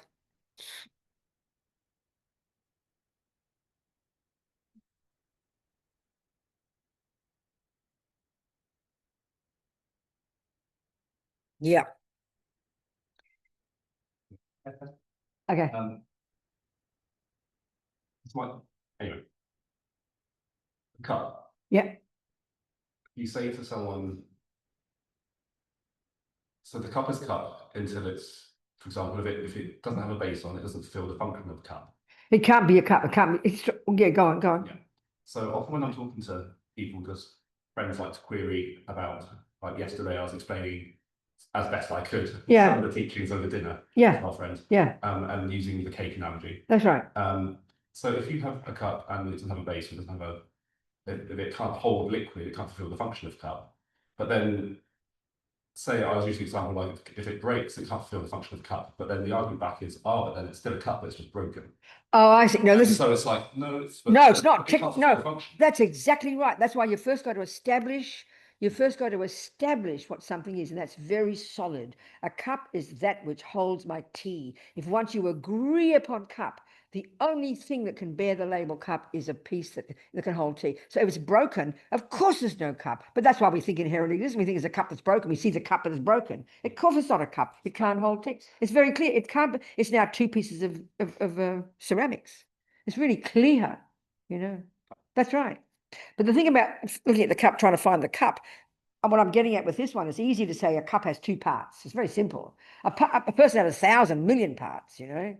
So that's why I forget the handle, because it doesn't have a function really to hold tea. But this part, this piece and this piece enable it to hold tea. But we tend to have a feeling, although we know it's not true, we tend to have a feeling there's a cup that owns the sides and that owns the base. But it's very easy with this one. You can't find the cup that owns it, because if you take the base away and you take the parts away, you think you're going to find a cup which is the owner. That's how we think. It's easier with a cup. But a person, we really do believe there's this person in there called I, self, or soul. We actually posit such a thing, you know, special shiny little owner. That's why I've used the IKEA example. We're waiting for that envelope, the Ziploc bag with the eye in it, for it to turn on and become real. And it's shocking. And it's a good analysis. If you keep putting those pieces, the same with a table. You go to IKEA and buy a table. You have one piece, 4 legs and some screws. So you're thinking there's a tableness that you have to have. But it's so obvious. You put the 4 legs together and the screws and the top. Suddenly, it functions now as a table. Until the 4 legs are on, it won't function as a table. So table is really like a very ephemeral. And it's just that's why they say it's just a name. It's just a name. And we can hear that. But then to hear, oh, I'm just a name, it sounds depressing. Oh, I'm only a word, am I? Blah, you know. But this is where we got to really, as Amayeshi says, squeeze our brains to try and think of this one, you know. And then to see the problem of the mistake, then to see the problem. So I suppose the simplest way to say the problem is that we exaggerate our I-ness. And that's what self-centeredness is. That's what panic and fear is.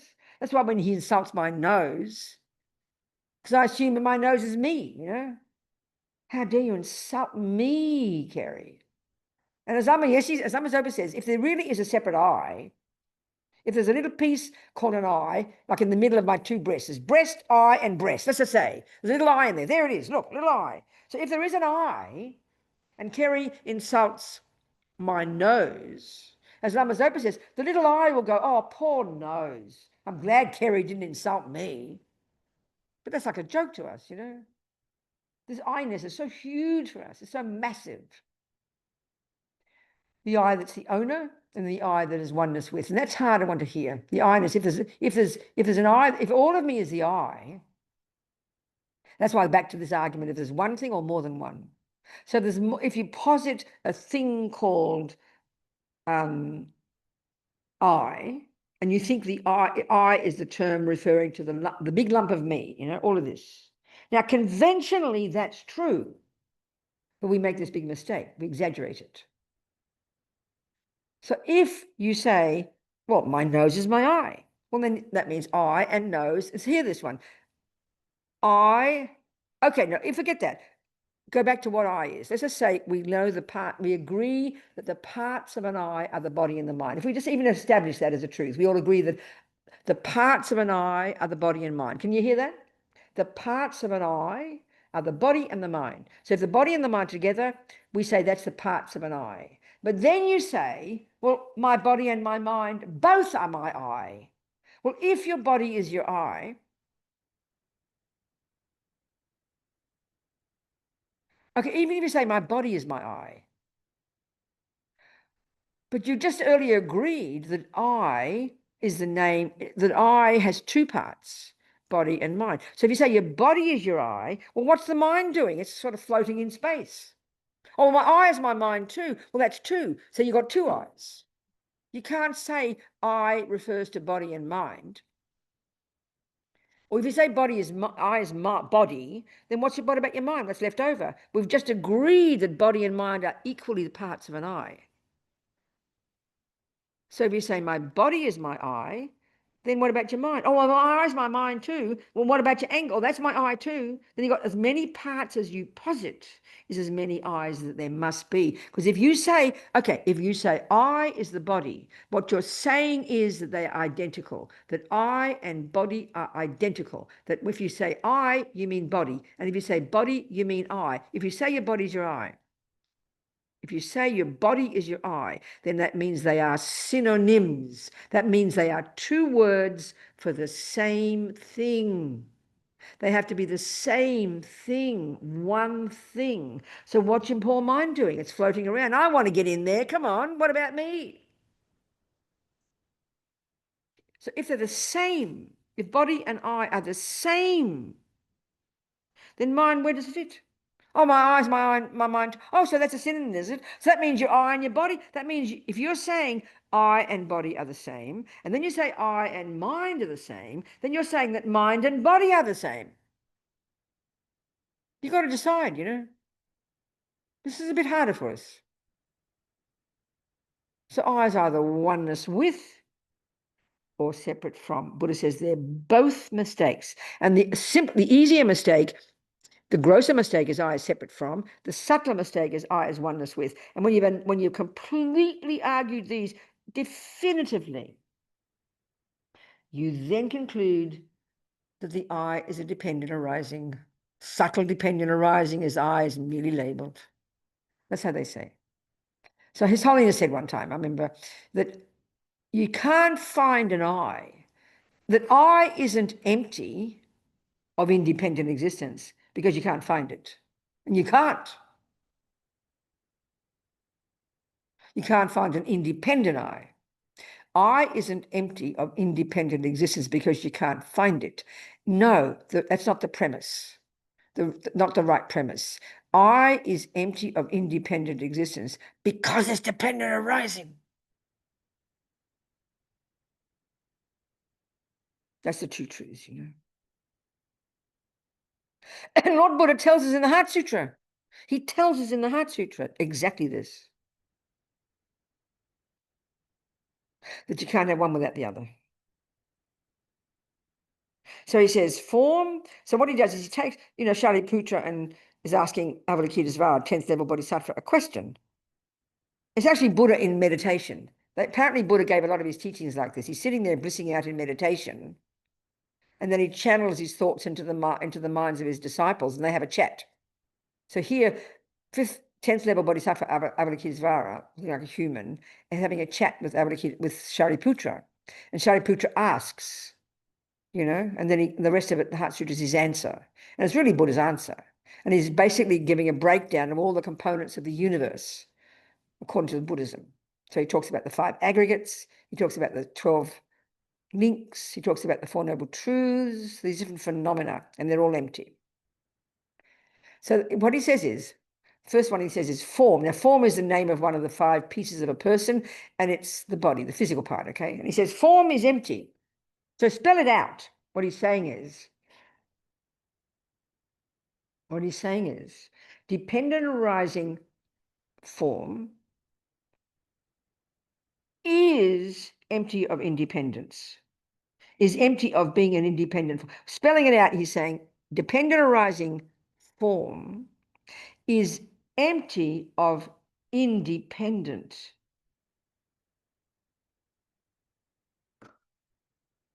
Independently existing form. Form is empty, he says. Then he says emptiness is form. Okay, there's more subtle meanings. But simply speaking, what he's saying is where you find form, where you can say cup.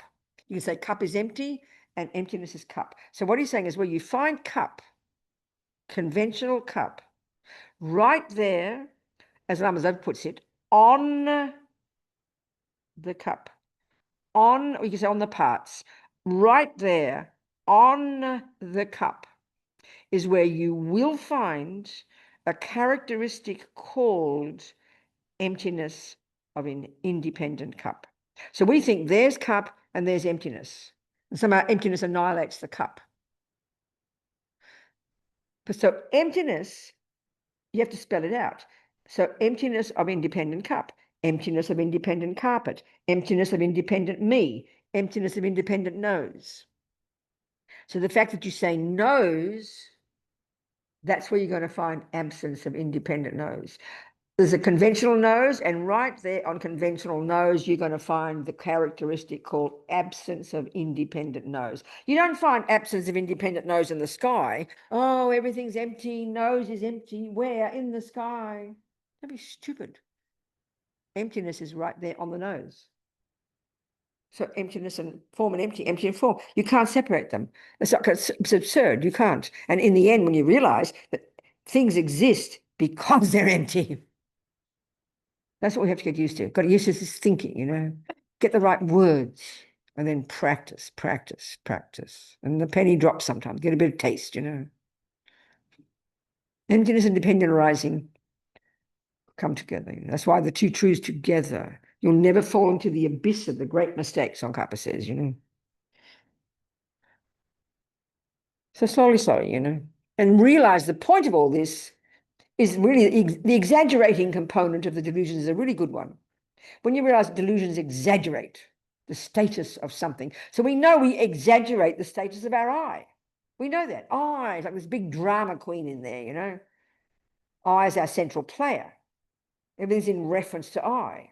It's really obvious. So we exaggerate its status. But don't think there's no I and you throw the baby out with the bathwater. Oh, there's no I, you know, I might as well kill myself.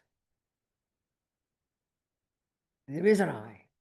So this is where the one of saying separate and independent, cup and I and clock, that's easy. Clock, cup, I, separate and independent. But it's more subtle when we say the I has a nose. There is a nose. And there is an I, but not separate. Different, but separate, not separate. Different, yes, the I is not the nose, but you can't separate them. That's where it's more subtle. You can't separate I and nose, but you can say they're different. They're different, but they're not separate. They're different, but they're not separate. Cup and clock are different and separate, but I and nose are different. An eye is not a nose. A nose is not an eye, but they're not separate. Because why? Because nose is a part of I. It's a component of I. It's a component of I. It's a part of I. That's why it can't be different, you know, can't be separate. It's different, but not separate. Yeah, that's a more subtle one. Do you understand that? Can you hear that? You have to hear these things, you know. That's why they say the label can't be the base. Lama Zopa goes on about that. The label I cannot be the same as the aggregates. The label can't be the base. The label I can't be the same as the base, but you can't separate them. So there is an I, very simply. Of course there's an I. Relax. But not, you can't find it. And it's not from its own side. It's not in and of itself. It's not separate and it's not oneness with. It's the name, merely labeled. It's the subtlest meaning, apparently. Subtle dependent arising. Merely labeled. Just say the words, merely labeled. More relaxed, come on, really labeled, you know. Doesn't mean nihilistic. So compassion is merely labeled as well. Buddha's merely labeled. Everything's merely labeled. It's how they actually exist conventionally. That's the subtle dependent arising. That's how they say. That'll do, won't it? So compassion is dependent arising as well. That's the thing. That compassion is dependent arising. And when you realize emptiness, that's when your compassion is now stable, because it's interdependent I, merely labeled I, having merely labeled compassion for merely labeled you. Before emptiness, it's still independent I, having independent compassion for independent you. Better than nothing, but it's not all the way yet. So I want you to realize emptiness as well. Then you're home, baby. Then you're blissful. And that's the thing about when we realize the delusions are gone from the mind. The bonus is bliss, the mind's insanely blissful. You can't help it. And virtuous. They're our character. They're our true nature. So if there's no questions, why don't we just watch our mind for a few minutes? Just sit and relax and watch our mind. And we can finish early. I don't know, we can finish early. Why not? There's enough. Is enough, isn't it? Squeezing of brains this morning. Okay. So just relax. And this is the first part. I'll tell you briefly Mahamudra. This is Lama Yeshe's book, wonderful book, Mahamudra. Okay, you should read it. It's very sweet. He taught it so simply to us people, So we'll just for this, okay, let's just discuss. Don't sit yet, just relax. I'll just tell you this. Panchen Lama talks, he says in his text, which is the commentary, the text that Lama Yeshe uses as a commentary for his teachings on emptiness. He taught this in Australia in 1982. Okay, and the book has been published by Wisdom. So basically, there are two ways. Tsongkhapa's, Panchen Lama says, it's Tsongkhapa's teachings, and there are two ways of realizing emptiness. One is the method we've discussed here, the exact method. Learn the theories first, learn all the nuts and bolts, squeeze your brain, sit on your cushion, and the penny will drop. That's how you learn to make a cake, play music, be carpenter. We learn that method. It's very simple. That's the typical method. As Lama Yeshe says, he spent his life in the monasteries learning all the theories, and then you meditate on it. But the Mahamudra approach is seemingly more simple, but it's a deceptive idea to think it's simple. It's advanced, actually. The Mahamudra approach, and this is tracking itself back to Milarepa, and then and then Panchen Lama was the first one, certainly the Gelugpas, to write a text about it. Apparently, this text is the basis of the teachings in the Gelugpas on Mahamudra.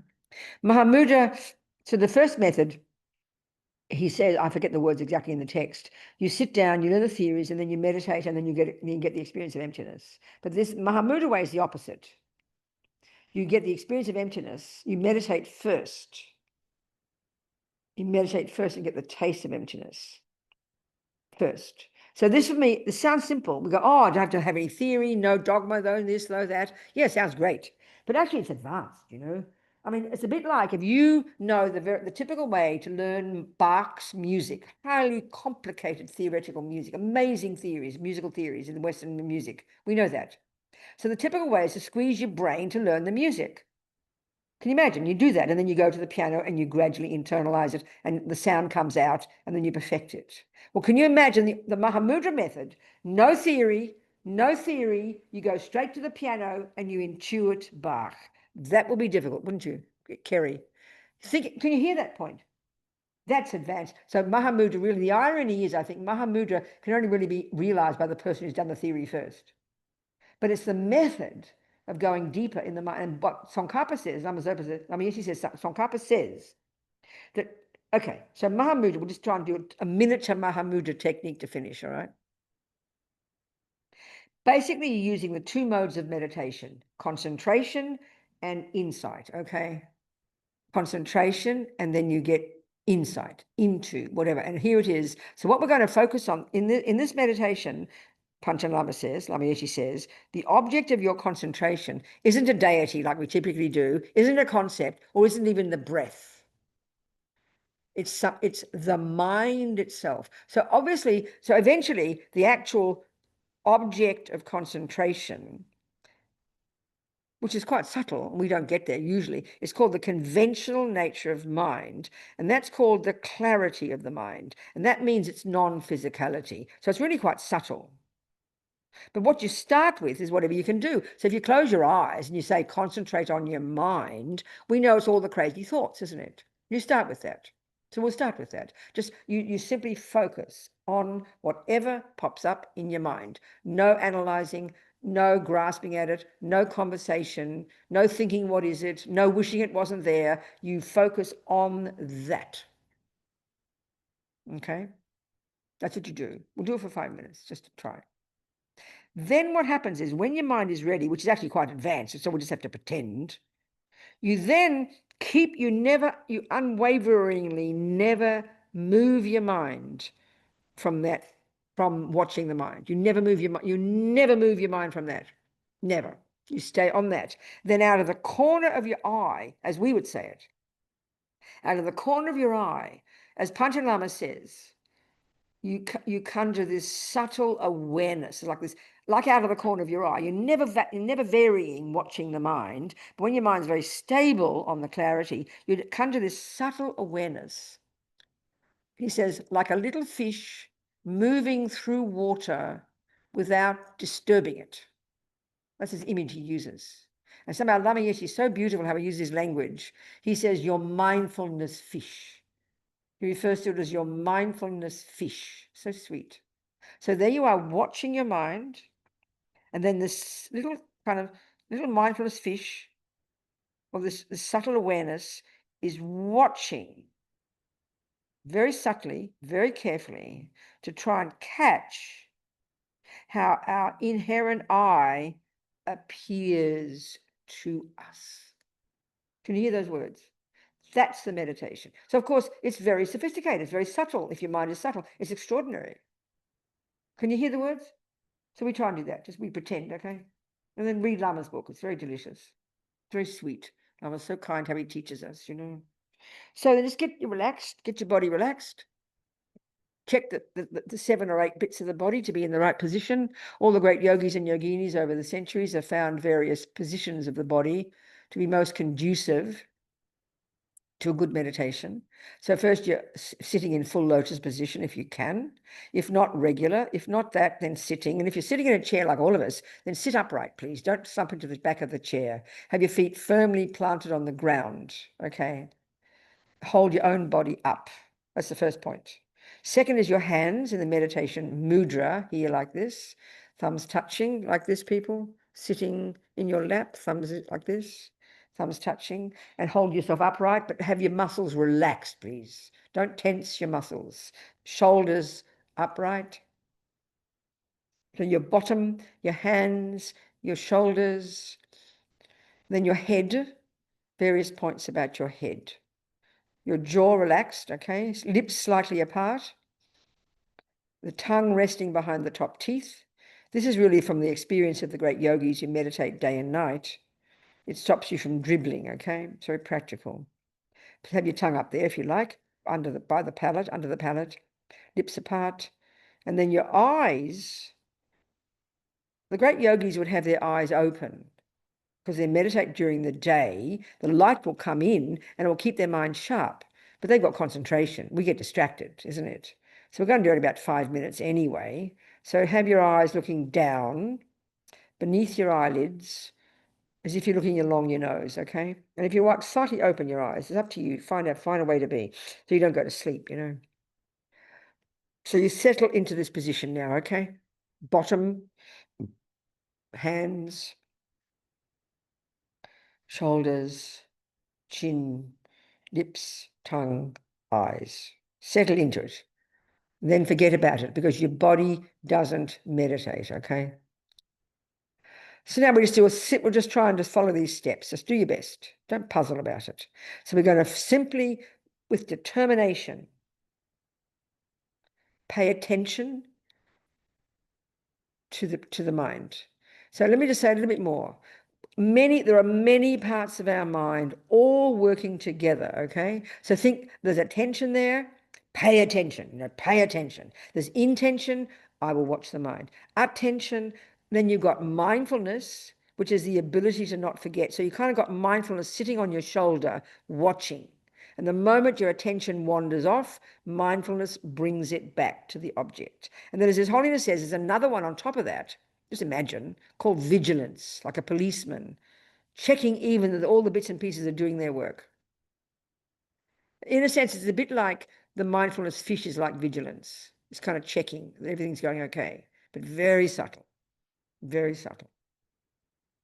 So anyway, all these bits doing their job. So the first bit we're doing is simply focusing on whatever pops up in your mind, but stay alert and sharp, and don't puzzle about the mind. Don't worry, oh, I can't see anything. Don't worry about it. Just determined to pay attention. For the first few moments, we pay attention to whatever arises in our thoughts, okay? That's it. Do that first.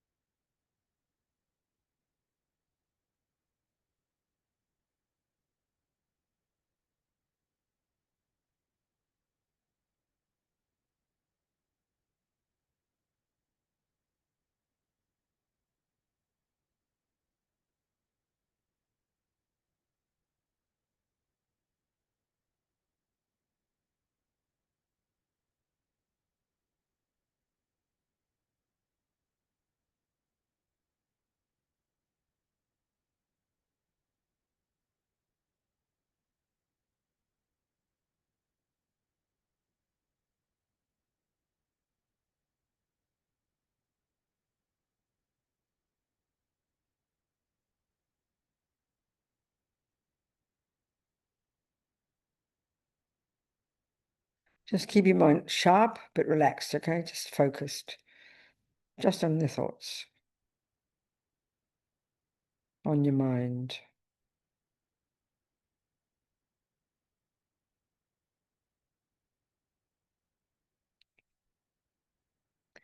So now just imagining we've got some focus, okay? Of course, we haven't got much, but just imagine it. Stay focused on your mind. You never move from that, but have a part of your mind, like this vigilance part. Think of it like that, this mindfulness fish. It's subtle, and it's just checking. It's kind of watching. And that's what it's watching for. And this is really like a very subtle analysis, but it's kind of watching for how to try and see how our eye appears to us, sort of how it feels. You might not see anything at all, and don't worry about it, but just have that part of your mind, this subtle awareness going out and just checking, watching. Don't lose your focus on the mind. Never lose that, okay? See if you can do that for a couple of minutes. Get a sense of how the eye feels, how the eye appears to us. Stay focused on the mind. Your mindfulness fish. Just a bit of watching, okay?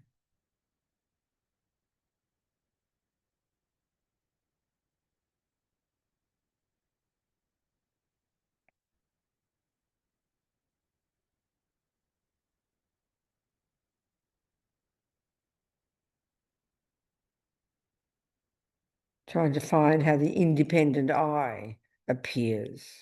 How the I that's independent of the name I. Independent of the label I. An independent I. An I that doesn't exist in dependence upon the parts, but especially the mind labeling it.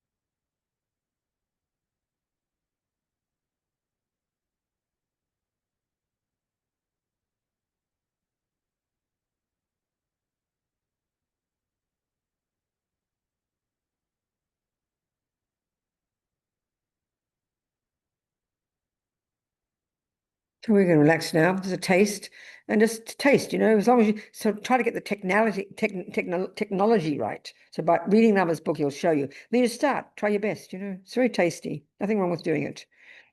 And what Tsongkhapa says is the mind as an object is something incredibly powerful. Why it's more powerful than any other object, the mind itself as the object of our concentration.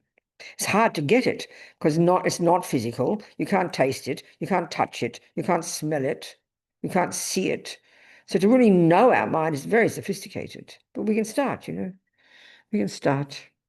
The blessings, the blessings of our lamas, So let's finish now with the 4 immeasurable thoughts, okay? The 4 brave attitudes, this brave attitudes of the bodhisattvas, okay? We just think how wonderful it would be if all sentient beings could abide in equanimity, free of attachment, anger, and ignorance. May they abide so. So each of these 4 has 4 points. This is the third one, is this brave attitude of the bodhisattvas, this courage of the bodhisattva. I will make this happen. That's great compassion. I will make this happen. And then please, Guru Buddha, bless me to be able to do this. Guru Buddha means our Lama, our Guru as the Buddha. So if you have a teacher, your Lama, you recognize your main Lamas, you think the Guru Buddha, Buddha as the Guru, Guru as the Buddha. Please bless me to be able to do this.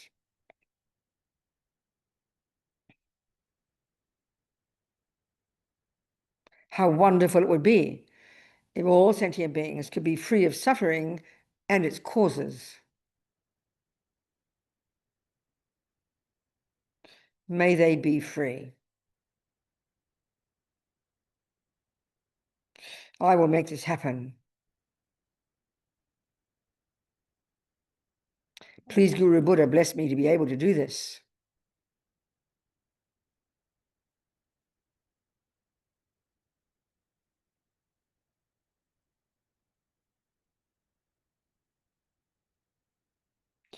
How wonderful it would be if all sentient beings could have happiness and its causes.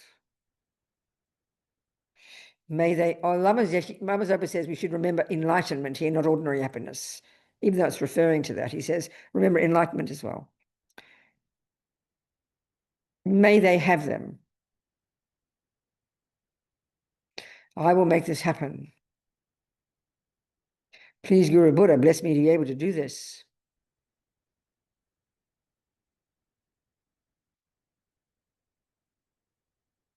How wonderful it will be if all sentient beings were never parted from higher rebirths and liberations, excellent bliss.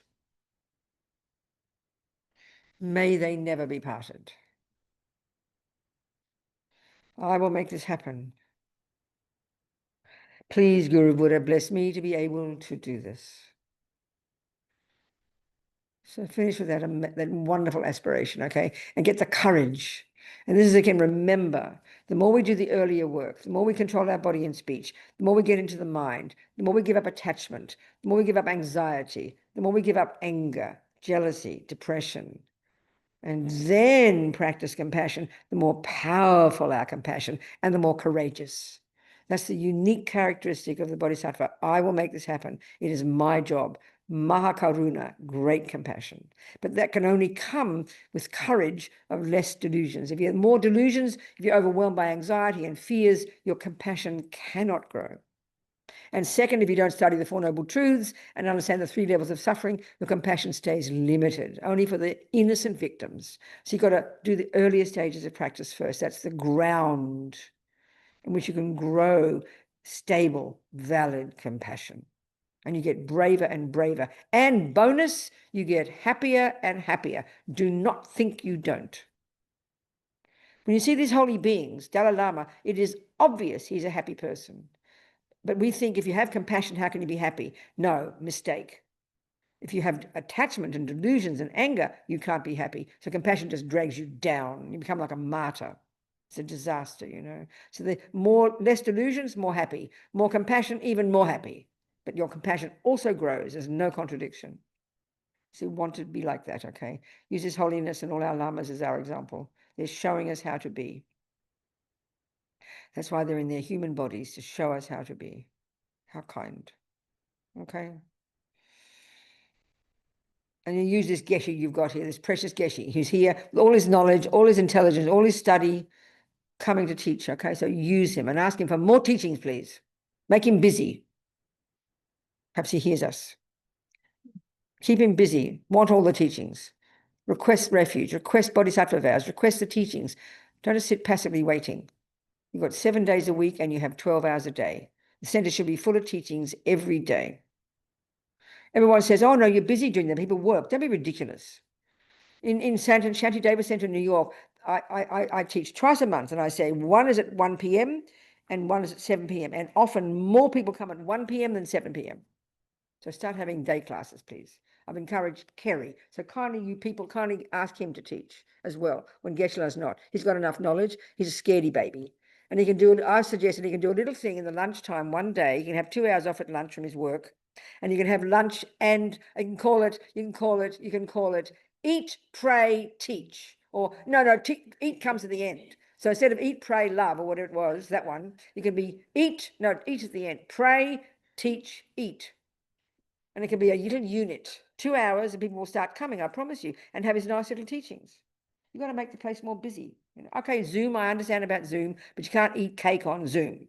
So you provide cake and lunch as part of the unit. That's just a thought I have, okay? So please ask. He's happy to do it. He's not happy to do it, but you force him to do it. All that knowledge he's studied, he's got to use it. And use him and Geshe-la. Which you are, I know, but use more. Okay, people? Thank you so much, everybody. Keep going. Never give up. Thank you. Thank you. Thank you, darlings. Thank So you. what are we going to do? A little prayer or something? We're going to do it. Thank for the teachings. We should do that. It's auspicious to start. Saji Perky. We should do that. You should finish with the Saji Perky. You should finish with the Saji Perky. Look, this one. Finish with the Saji Perky. Thank you. There you go. Finish with Saji Perky. Chrissy, read it. So we're offering a mantle to the Buddha to thank for the teachings. Okay, they came through my stupid mouth. I know that. But hopefully some blessings came from the Buddhas, whom I have faith in, and my Lamas. Okay, go. This one. Go. Say it. Chrissy, go. Keep going. Just read it. No, just read it. Say it right there. This ground. This ground anointed with perfume, strewn with flowers, adorned with marvellous for continents, the sun and the moon. I imagine this is the Buddha field and offer it, where all human beings enjoy this field. That'll do, okay? That'll do. Idam Guru Ramandala Kam Niryata Yami. And now we can dedicate. Do the dedications, darling. The 2 prayers. 3. Gewadi, Jangtrup Semchog, Dalai Lama Long Life, and Lama Zopa Thrift Return. Those 4. Here's one. May the Supreme Bodhicitta that has not arisen arise and grow. That means arisen in the minds of others. Arise and grow. And may which that has arisen in the minds not diminish, but increase more and more. So now the dedication, this one here, Gewadi, but we do it in English, please. Do it in English. Go to the next page. Go to English page. Are they on the previous page or the next one? Okay, go up the top. Where's the Gewadi? The English for Gewadi. I wish you get a better version on the. I wish, Chrissy, you'd get a better version for the page where they're on next to each other. Just fix it. This is kind of makes you crazy. So please go back a little bit. Back a little bit. Stop. So where's the Gewadi prayer? Stop. Go back. English. Sweetheart, we want the English, Chrissy. Of course. We don't understand Tibetan. Stop. Where is it? Where are they? But it's here on page, right here. It's page 19. Can you see the page number of this, please? It's making me crazy, this system. Stop. Jesus God, Chrissy, stop. 25. This is it, as you said. Yes. Now, for goodness sake, now we can say them. Through the merits of these virtuous actions, may I quickly attain the state of a Guru Buddha and lead all living beings without exception into that enlightened state. So skip over and go down to the prayer for His Holiness, please. In the land encircled by snow mountains, you are the source of all happiness and good. All powerful Chenrezig Tenzin Gyatso, please remain until samsara ends. So this is why Rinpoche did another prayer, because not just in the land encircled by snow mountains, it's the whole world. That's why Rinpoche did a new prayer. So the whole world, So we think like that, because that's a Tibetan prayer. So now do the swift prayer returning for Lama Zopa in another book. get the prayers nicely together in so it's easy on Zoom, where the Tibetan and the English are together. It's much better. Okay, here we go. Peerless teacher and assembly of the children of the victorious ones, Shravakas and Pratyeka Buddhas, victorious Losang, father and sons of long lineage, masters, all the objects of refuge of infinite lands, please bestow the virtue and goodness of accomplishing here and now, holding and spreading precious and complete teachings through explanation and practice. You wore the armor of patience that has never discouraged. Incomparable, venerable Guru, to you I make request. While striving single-pointedly for the sake of the victorious one's teachings, the sole gateway through which all benefit and happiness emerge, and from other living beings, you suddenly departed to peace. Such a great loss. Nevertheless, to the undeceiving truth of the blessings of the ocean of the three jewels and the great waves of bodhicitta of the children of the victorious ones, may your smile of your reincarnation swiftly beam in glory for us fortunate disciples. Okay. Thank you, darling. That's it. Thank you, people on Zoom. Thank you so much, people. See you all again somewhere. Thank you, Liz, darling. Thank you, Venerable. Thank you, Alona, Jampa, Rachina. Thank you, Venerable. Thank you, Venerable. Thank you, Venerable. Thank Tracy, you. Stefania, Jake, Thank you, Venerable. Ramona, and Stephen. Thank you. Goodbye, Maya. Love you. Thank you. And now Chrissy is here. Here's the people. You all are together. Look, there you go. There they Bye, are. everyone. Bye. Thank I you. see we're Bye. joining along, Lama.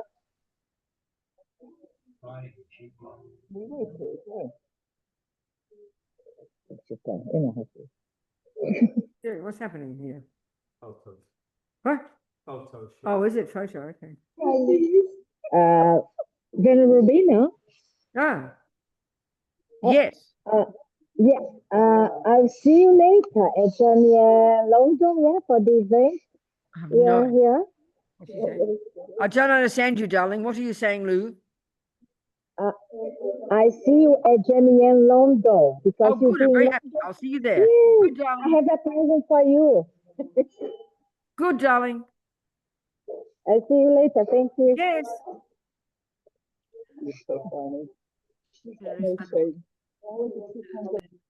Chrissy's talking. Listen to Chrissy. She's talking. Absolute honor. That's a Good, good darling. year. So incredibly great. You can come back Good. year after year Good. to be with us. Okay, darling. And may we have all the auspiciousness for you to be able to come back Good, darling. next year if you would like I to. know, as I'm getting older, I still have to stay fit. I know Well you say done. that to me every year and then you say yes, they ask you. So I'm asking you now. Okay, I'll come next year. I All promise. right, thank you. I'll work it out, okay? Yeah. Thank you. Thank you, Chrissy, We- darling. we- Thank you for come here, then. Come here, then.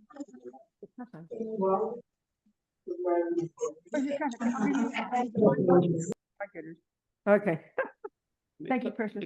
Thank you, darling. So kind. Here you go. Thank you, Chrissy, darling. Thank you. Thank you, people. Thank you, everybody. Thank you, Kerry. There we go. Thank you, Venerable. Please come back. I will, darling. I promise.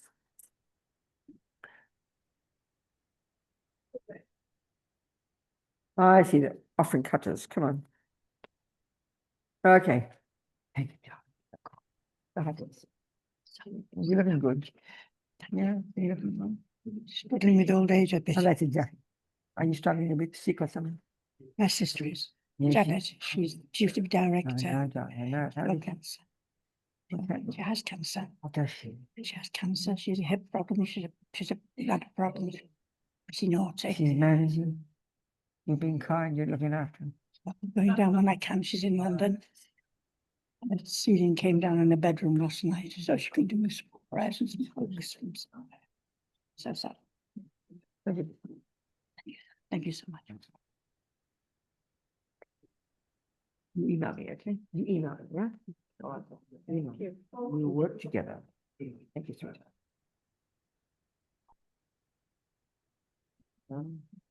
You've been so kind.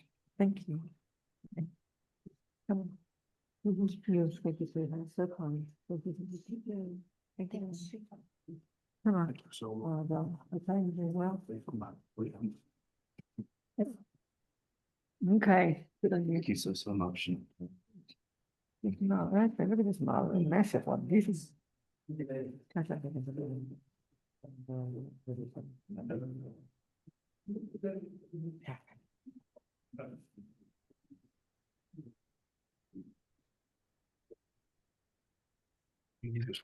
Thanks, sweetheart.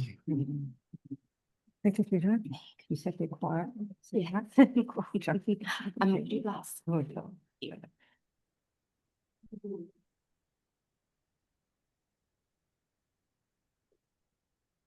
Thank you so much. Thank you, darling. Chrissy, sweetheart, look at you.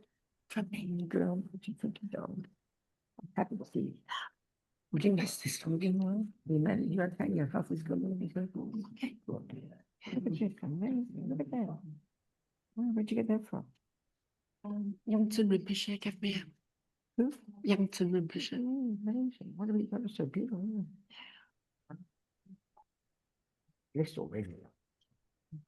Thank you, sweetheart. Thank you, sweetheart. Doing well, happy, thank you. Hopefully see you next year. Good, I'm happy. Good outcome. Yeah. Tone. Good. How are you, Joe? Yeah, Are I'm you okay. doing all I'm right? okay. You doing okay? Yeah. You doing well, your family and everything? Yeah. Right. Yeah, Yeah. and health good? Nice, So, nice, little bit. yeah. Do it. Do my best. Yeah. Bye. See you later. Thank you. Bye, Thank bye. Okay, good. Glad to see you. You doing all right? Yeah, Well, thank you. your family and Yeah. everything? Yeah, everything's okay. You all right? Totally. Come back again. Thank you, sweetheart. I will. Okay. You all right? You've been You didn't say much, did you? so lovely to see you. Good. Thank you. Much love. Thank you. Goodbye, hello, sweetheart. You all right? Yeah. Have you had before? I've never done this before. Oh, I've been to anything like this before. Look, But I kept thinking, I want to go to see about Buddhism. I just kept did you thinking, really? How fascinating. and then I got about this. And what did you think of it all? Amazing. Something useful? Good ideas, good information? I know, Amazing. it's a very interesting view of the world, isn't it? Yeah. Wow, it's incredible. What's your name? Sam. Samantha. Samantha. Keep going. If it's useful for you, keep going. One step at a time, according to your own pace. Yeah. There's one steady as a rock. Go and see where it takes you. Yeah. Let it unfold. That's the way to go. That definitely, Wonderful. Much definitely. love. Thank you. Thank you, sweetheart. Love to you. Bye. Look at you, sweetheart. What's all this? asking for What's all this? Blessing. blessing, that's it, yeah. Oh, So sweetheart. put that. You should get this one. You should get this one. Bless your statue.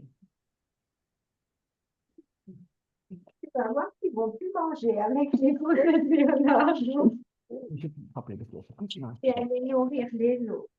Thank you. That's just fine. There. Good. Sweetheart. Keep going. Keep going. And what the doctor says, and you just keep your bed. It's guaranteed. You know that. No, Well, you will. No I question. thought I was gonna You die. have to have confidence. I'm Thank happy you, you came. Venerable. Happy to see you. You look perky and well. Can I get a Come on picture in. with Andrew? Okay, sure. A picture with who? He will take Andrew, it. Andrew, Okay, yeah, thank come on you. then. Okay, come on. It's so good at it. Listen. Hmm. All right. Go Thank see if you. you're happy. Go and see it. I'm not happy. Check I it. know. See if you're happy. Take them. And you gotta get closer up. No, Get I closer. hate No, to get him take closer. things Much off. closer. Try and be natural. And try and love Hello, baby. closer.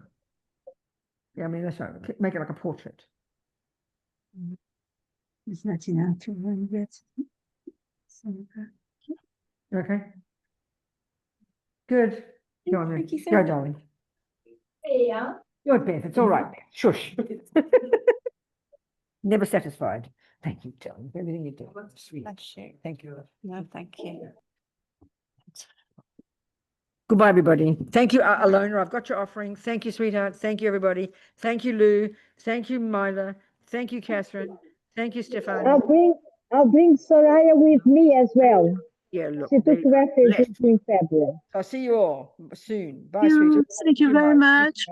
Happy to see all of you. Bye, sweethearts. I'm going to turn you off. Bye-bye. Bye. Bye. Bye, Venerable.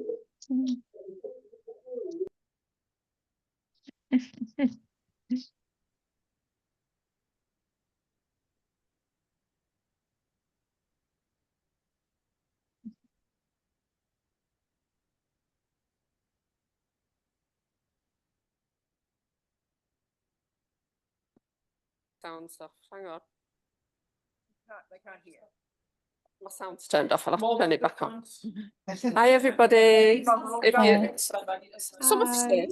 If you're still there, stay. All right, we're going to have a group photo. We'll have you in the group photo. All right. Good. I need to make it bigger. Hang on. Put it back, come on, There we go. together. No, don't put Liz off. Everybody equal.